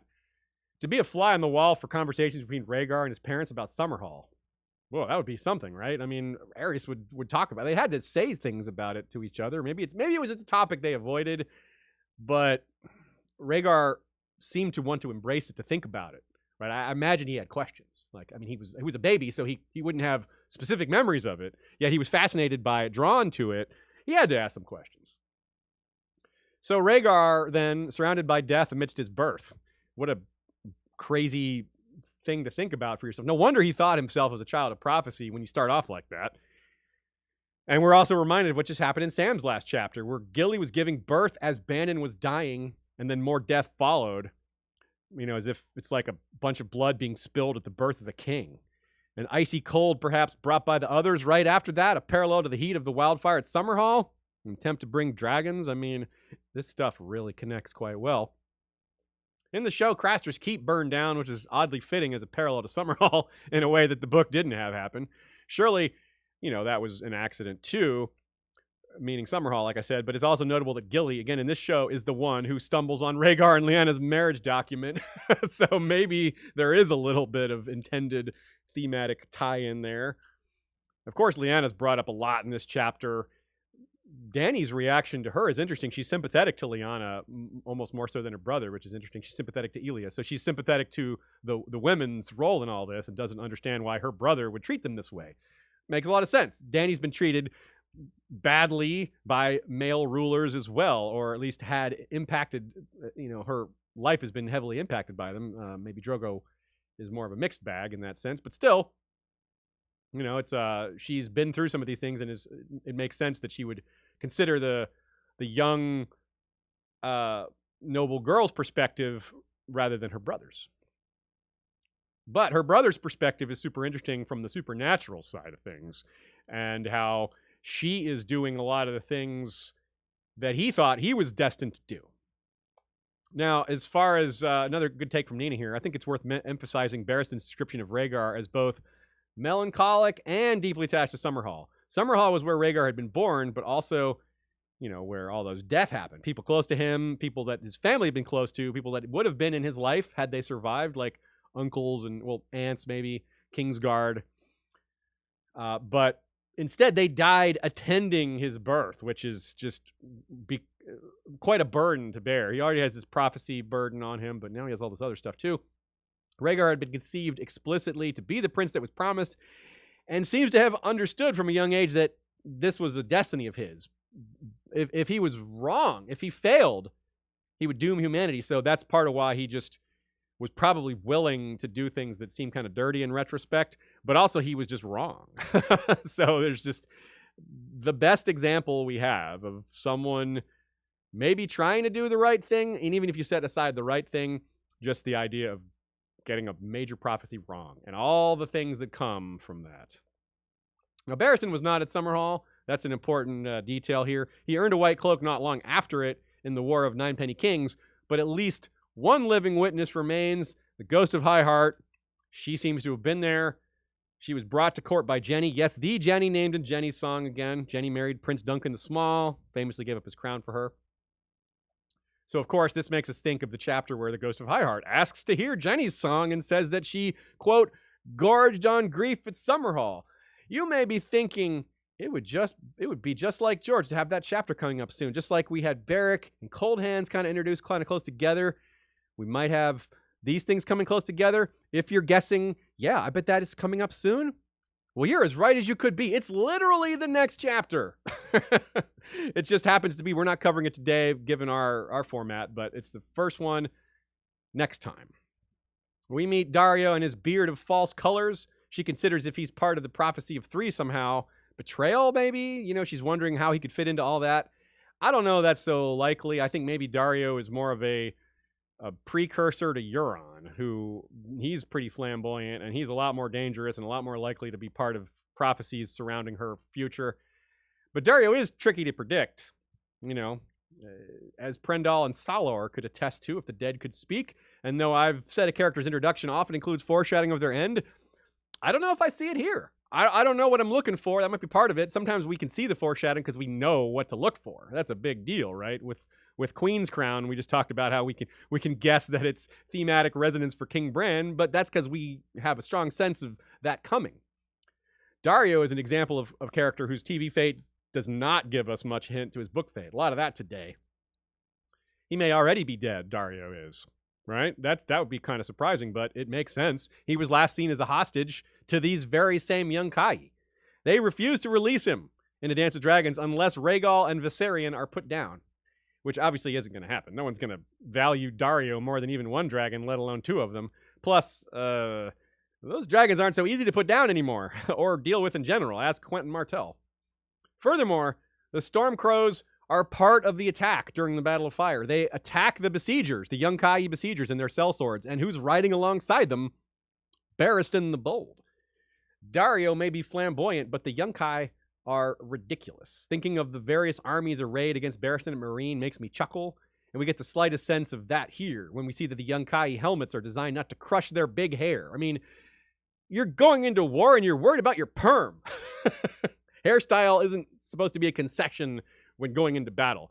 But as, unmilitaristically skilled as these Yunkai are, they're vicious. So the idea that by not yielding to their demands, they may slay Daario is entirely sensible. They already killed Grolio, the hostage. So it could happen. We could see Daario's end could be really ignoble and off-page. Anyway, Barristan visibly hates Miro. So it's fun to recall that the feared sellsword Captain Miro with a sword is going to lose to Selmy with a staff. Of course, it's that incongruity that finally pushes Jorah's suspicions over the edge. He's like, wait a minute, you with a stick, you beat that guy? But what was Selmy going to do? Not stop Miro from killing Dany? So Miro comes for Dany because of this chapter. He escapes the surprise attack that Dany leads or has her men commit to while the Second Sons are getting drunk. But Miro somehow gets away, and then, a few chapters later, he comes back for that revenge, and that's when Selmy takes him out. Well done, Selmy. Now, a couple last things, and then we're done for the day. I hope you guys were as struck by some of this Summer Hall stuff as I was, and by some of this amazing thematic resonance. It's fun. The Yunkai battle says a lot about the future, and there's a lot to say about Dany, but it's almost a lot of times it's the non-battle stuff is even more interesting. But that said, it's really amazing how well George uses action to foreshadow more action, as we talked about with the night attacks and how much that gives us undead vibes, because we got to figure a lot of, if not all of, the battles against the undead will happen at night because that's when the others can come out. A couple more thoughts from Nina here. Daenerys' host reminds her of Mance's host. While both groups certainly had dedicated and fearsome warriors within, they're mixed, and children and non-combatants are present in both. Neither Daenerys nor Mance is simply leading an army. They're leading entire societies of people away from death in the hope of peace and security somewhere else. For Daenerys' group, it's going to be a lot longer journey probably, but perhaps no less harrowing than what the Free Folk are facing by having to break through the wall and escape from the others and then deal with the hostile Seven Kingdoms. Daenerys has 2 bells in her braid now, one for her victory over the Undying, one for her victory at Astapor, and now presumably they're going to give her a 3rd for beating Yunkai. I'm not sure, but I would think so. Eventually, her bells are going to be too many to count. Barristan glosses over a little bit of his own backstory in this chapter because he's, trying to conceal his identity. When he recalls the tourney at Storm's End that Rhaegar almost won, he says the honor went to another knight of the Kingsguard who beat Rhaegar at the end. Well, that was him, Barristan. And this is at least the second time Barristan has avoided mentioning himself when his name came up. Let's put on our tinfoil hats. Is it suspicious that the one time Rhaegar wins a tournament, the one and only time Rhaegar wins a tournament, it's the same one where Lyanna also does unusually well at jousting, after she is apparently helped by Howland Reed, who was maybe helped by what he had learned at the Isle of Faces. He specifically went there to try to learn magic. Maybe that's the reason I say this is tinfoily, is obviously the idea that Rhaegar used magic to win the tournament is a little crazy, but there is at least supporting evidence for it. However, if we're looking at the human side of things, look what happened to Jorah when he got that favor of Lyness. It just made him into this, he just was so inspired, he beat everybody. Well, that is what happened here with Rhaegar. He met Lyanna, and he was fired up. He won the tournament. But the possibility that she taught him a trick or there was magic involved could be part of that, because, well, Lyanna would know. So funny if Rhaegar used some Crannogman trick to defeat Arthur Dayne in the tourney, because that is who he beat at the end, knowing that Howland Reed is the reason Arthur Dayne didn't kill Ned Stark. What a twist that would be. That may have involved some sort of Crannog trick or magic in that case, too, that meaning Howland Reed might have done something Cranoggy to stop Arthur Dayne from killing Ned. I always thought it might be a net or something like that. Or, given what we saw, this is even more tinfoil. I don't believe this, but it is a theory I used to have, and it resonates really well because this chapter is so soon after the Bran chapter where he goes into Hodor's mind, that if Howland Reed could pull a Varamir, but only a temporary one, where he just like tries to get in Arthur Dayne's head as a skin changer just for a second, not to take him over, but to distract him long enough. Because only a second would be all it takes, probably 1 or 2, 3 seconds. That's everything in a battle, in a duel. But I do think it's more likely like a net or just sneaking up behind him, like we saw in the show, something more simple. But there's room for more, so I want to throw that out there. Summerhall is actually mentioned several other times that I left out, but those are cases where it's mentioned as a site of battles during Robert's Rebellion. So the context is just extremely different of the Dany Rhaegar stuff. But hey, Robert did win 3 battles in a single day there. 3. And Summerhall is located right on the border of Dorne, the Stormlands, and the Reach all at once. So it's meant to be a place where things converge. So having so many plot lines converge there, having so many different plot lines associated with Summerhall, that's kind of oddly fitting. In this chapter is also the second mention of the Titan of Braavos, thanks to Miro. The first was Arya 10, A Clash of Kings. Fitting that it was an Arya chapter. Interesting that the Second Sons are so old as a company. They're mentioned alongside the anecdote of the 3,000 at Qohor stopping the Dothraki, which we don't know how long ago that was, but it was a while ago, probably more than several hundred years. So that gives you an idea. Unlike a lot of these other companies who were kind of short-lived, Second Sons have been around for maybe 1,000 years even. They're mentioned in the World of Ice and Fire, or rather Fire and Blood, and perhaps the World of Ice and Fire in some other instances that are quite a while ago. So I may have mentioned this briefly before, but seeing how well Dany banters and seeing how well Tyrion banters, well, put them together, we might have some really epic banter. And the idea that Tyrion and Dany are coming together seems almost foregone. Almost a foregone conclusion. Maybe we shouldn't consider it that likely, but I do. So we'll look forward to that. And with that, it's our last note of that chapter. Time for our outro. Last week we did 193 minutes, 23 seconds of the audiobook. This week was 184 minutes, 38 seconds, so very similar length of time. However, it took us about 30 minutes less. Of course, we knew last week would be huge. This one was still pretty big, but not 2 hours and 45 minutes. Yeah, it's still pretty damn big. Yes. But not our biggest. So far we've covered 1,494 minutes, 47 seconds of 2,853 seconds, or 53 minutes and 37 seconds. So, as I said, we have passed the halfway point of A Storm of Swords.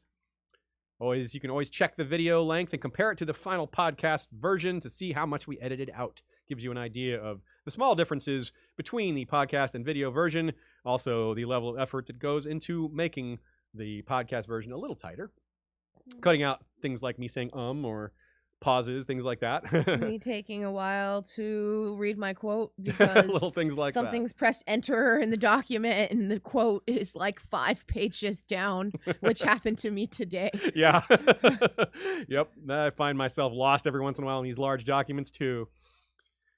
Next time, but not next week, we have our scheduled break. We set 2 scheduled breaks for Storm of Swords. One of them is next week. The next one will be when we're at Ice and Fire Con. at Yeah, the I'll end be of in New April. York next week, so That's right. reach out to me if you're in New York. Yeah. So we'll let everyone catch up on Valar Rereadis. I'm going to probably do the game stream at the normal Valar Rereadis time, so at least there's something for all us to hang out with. I like keeping that going, but it won't be Valar Rereadis, but we'll be back on schedule as per normal right after. Yeah, we have a Tuesday stream, Tuesday, March 17th. That'll be our next stream. That's right, but it won't be Valar Rereadis. That is a Barristan Selmy, Kristen Cole comparison, and we're going to have Jeff Hartline as a guest, aka Brendan Beefish. Now, when we do return to Valar Rereadis, these will be the chapters that will be on the slate for the day, beginning and ending with an Arya chapter. The first one is Arya 8, High Heart 2, Eccentric Boogaloo, aka the one where Arya gets a hound. Jaime 6, the one where Jaime dreams big, aka the bear and the maiden unfair. Catelyn 5, the one with Rob's will, aka Psycho Euron is back. Oh, that's one of my favorite titles we've done, by the way. Psycho Pete, Psycho Euron. Okay. Sam 3, Small Paw, a feast for ravens, aka hands of cold are always cold. And Arya 9, the gang takes a ferry, aka a storm of siblings. Thanks to you all for coming and supporting us live. Thanks to those of you who have liked and shared and told your friends about the podcast or our YouTube channel. It really makes a big difference. The algorithms that power both podcast and video back ends are very much influenced by such things. Of course, we are very grateful to those of you who make the live chat so bustling, asking so many great questions, and making this a great community experience. Shea is the best for managing all of that and doing quotes and all this technical stuff all at the same time. Really quite a lot to be doing at once. Thanks, of course, to Joe and Nina for their contributions. Definitely check out Good Queen Alley on Tumblr and the Isle of Faces podcast, wherever you get podcasts. Thanks, as always, effusively to our wonderful History of Westeros mods powering our Facebook group by posting every chapter with artwork and quotes and discussion points, often of which leads to me discovering things I hadn't considered, or at least great takes that I like to share on the show. Thanks also to Michael Klarfeld, aka the creator of Claridox.de, who also led us to the talented Kevin MacLeod, who is responsible for our intro music. Thanks also to Joey Townsend and Jesse Koval for the music appearing at our outro and all the other History of Westeros podcasts. Thanks to our Bengineer for making our sound quality much greater than it could be. And of course, last but not least, thank you very much to all the many patrons who keep Westeros history afloat, keeping all the leaks in our ship patched, keeping us happy because of your support fills us with such gratitude and appreciation, and that in turn spills out into our passion for this material and for spending this time with you guys every Sunday, but not next Sunday. So we'll see you all in 2 weeks for Valar Rereadis, but as Ashea said, we've got the other stream and the game stream in the meantime, so we'll either see you there or for the next Valar Rereadis.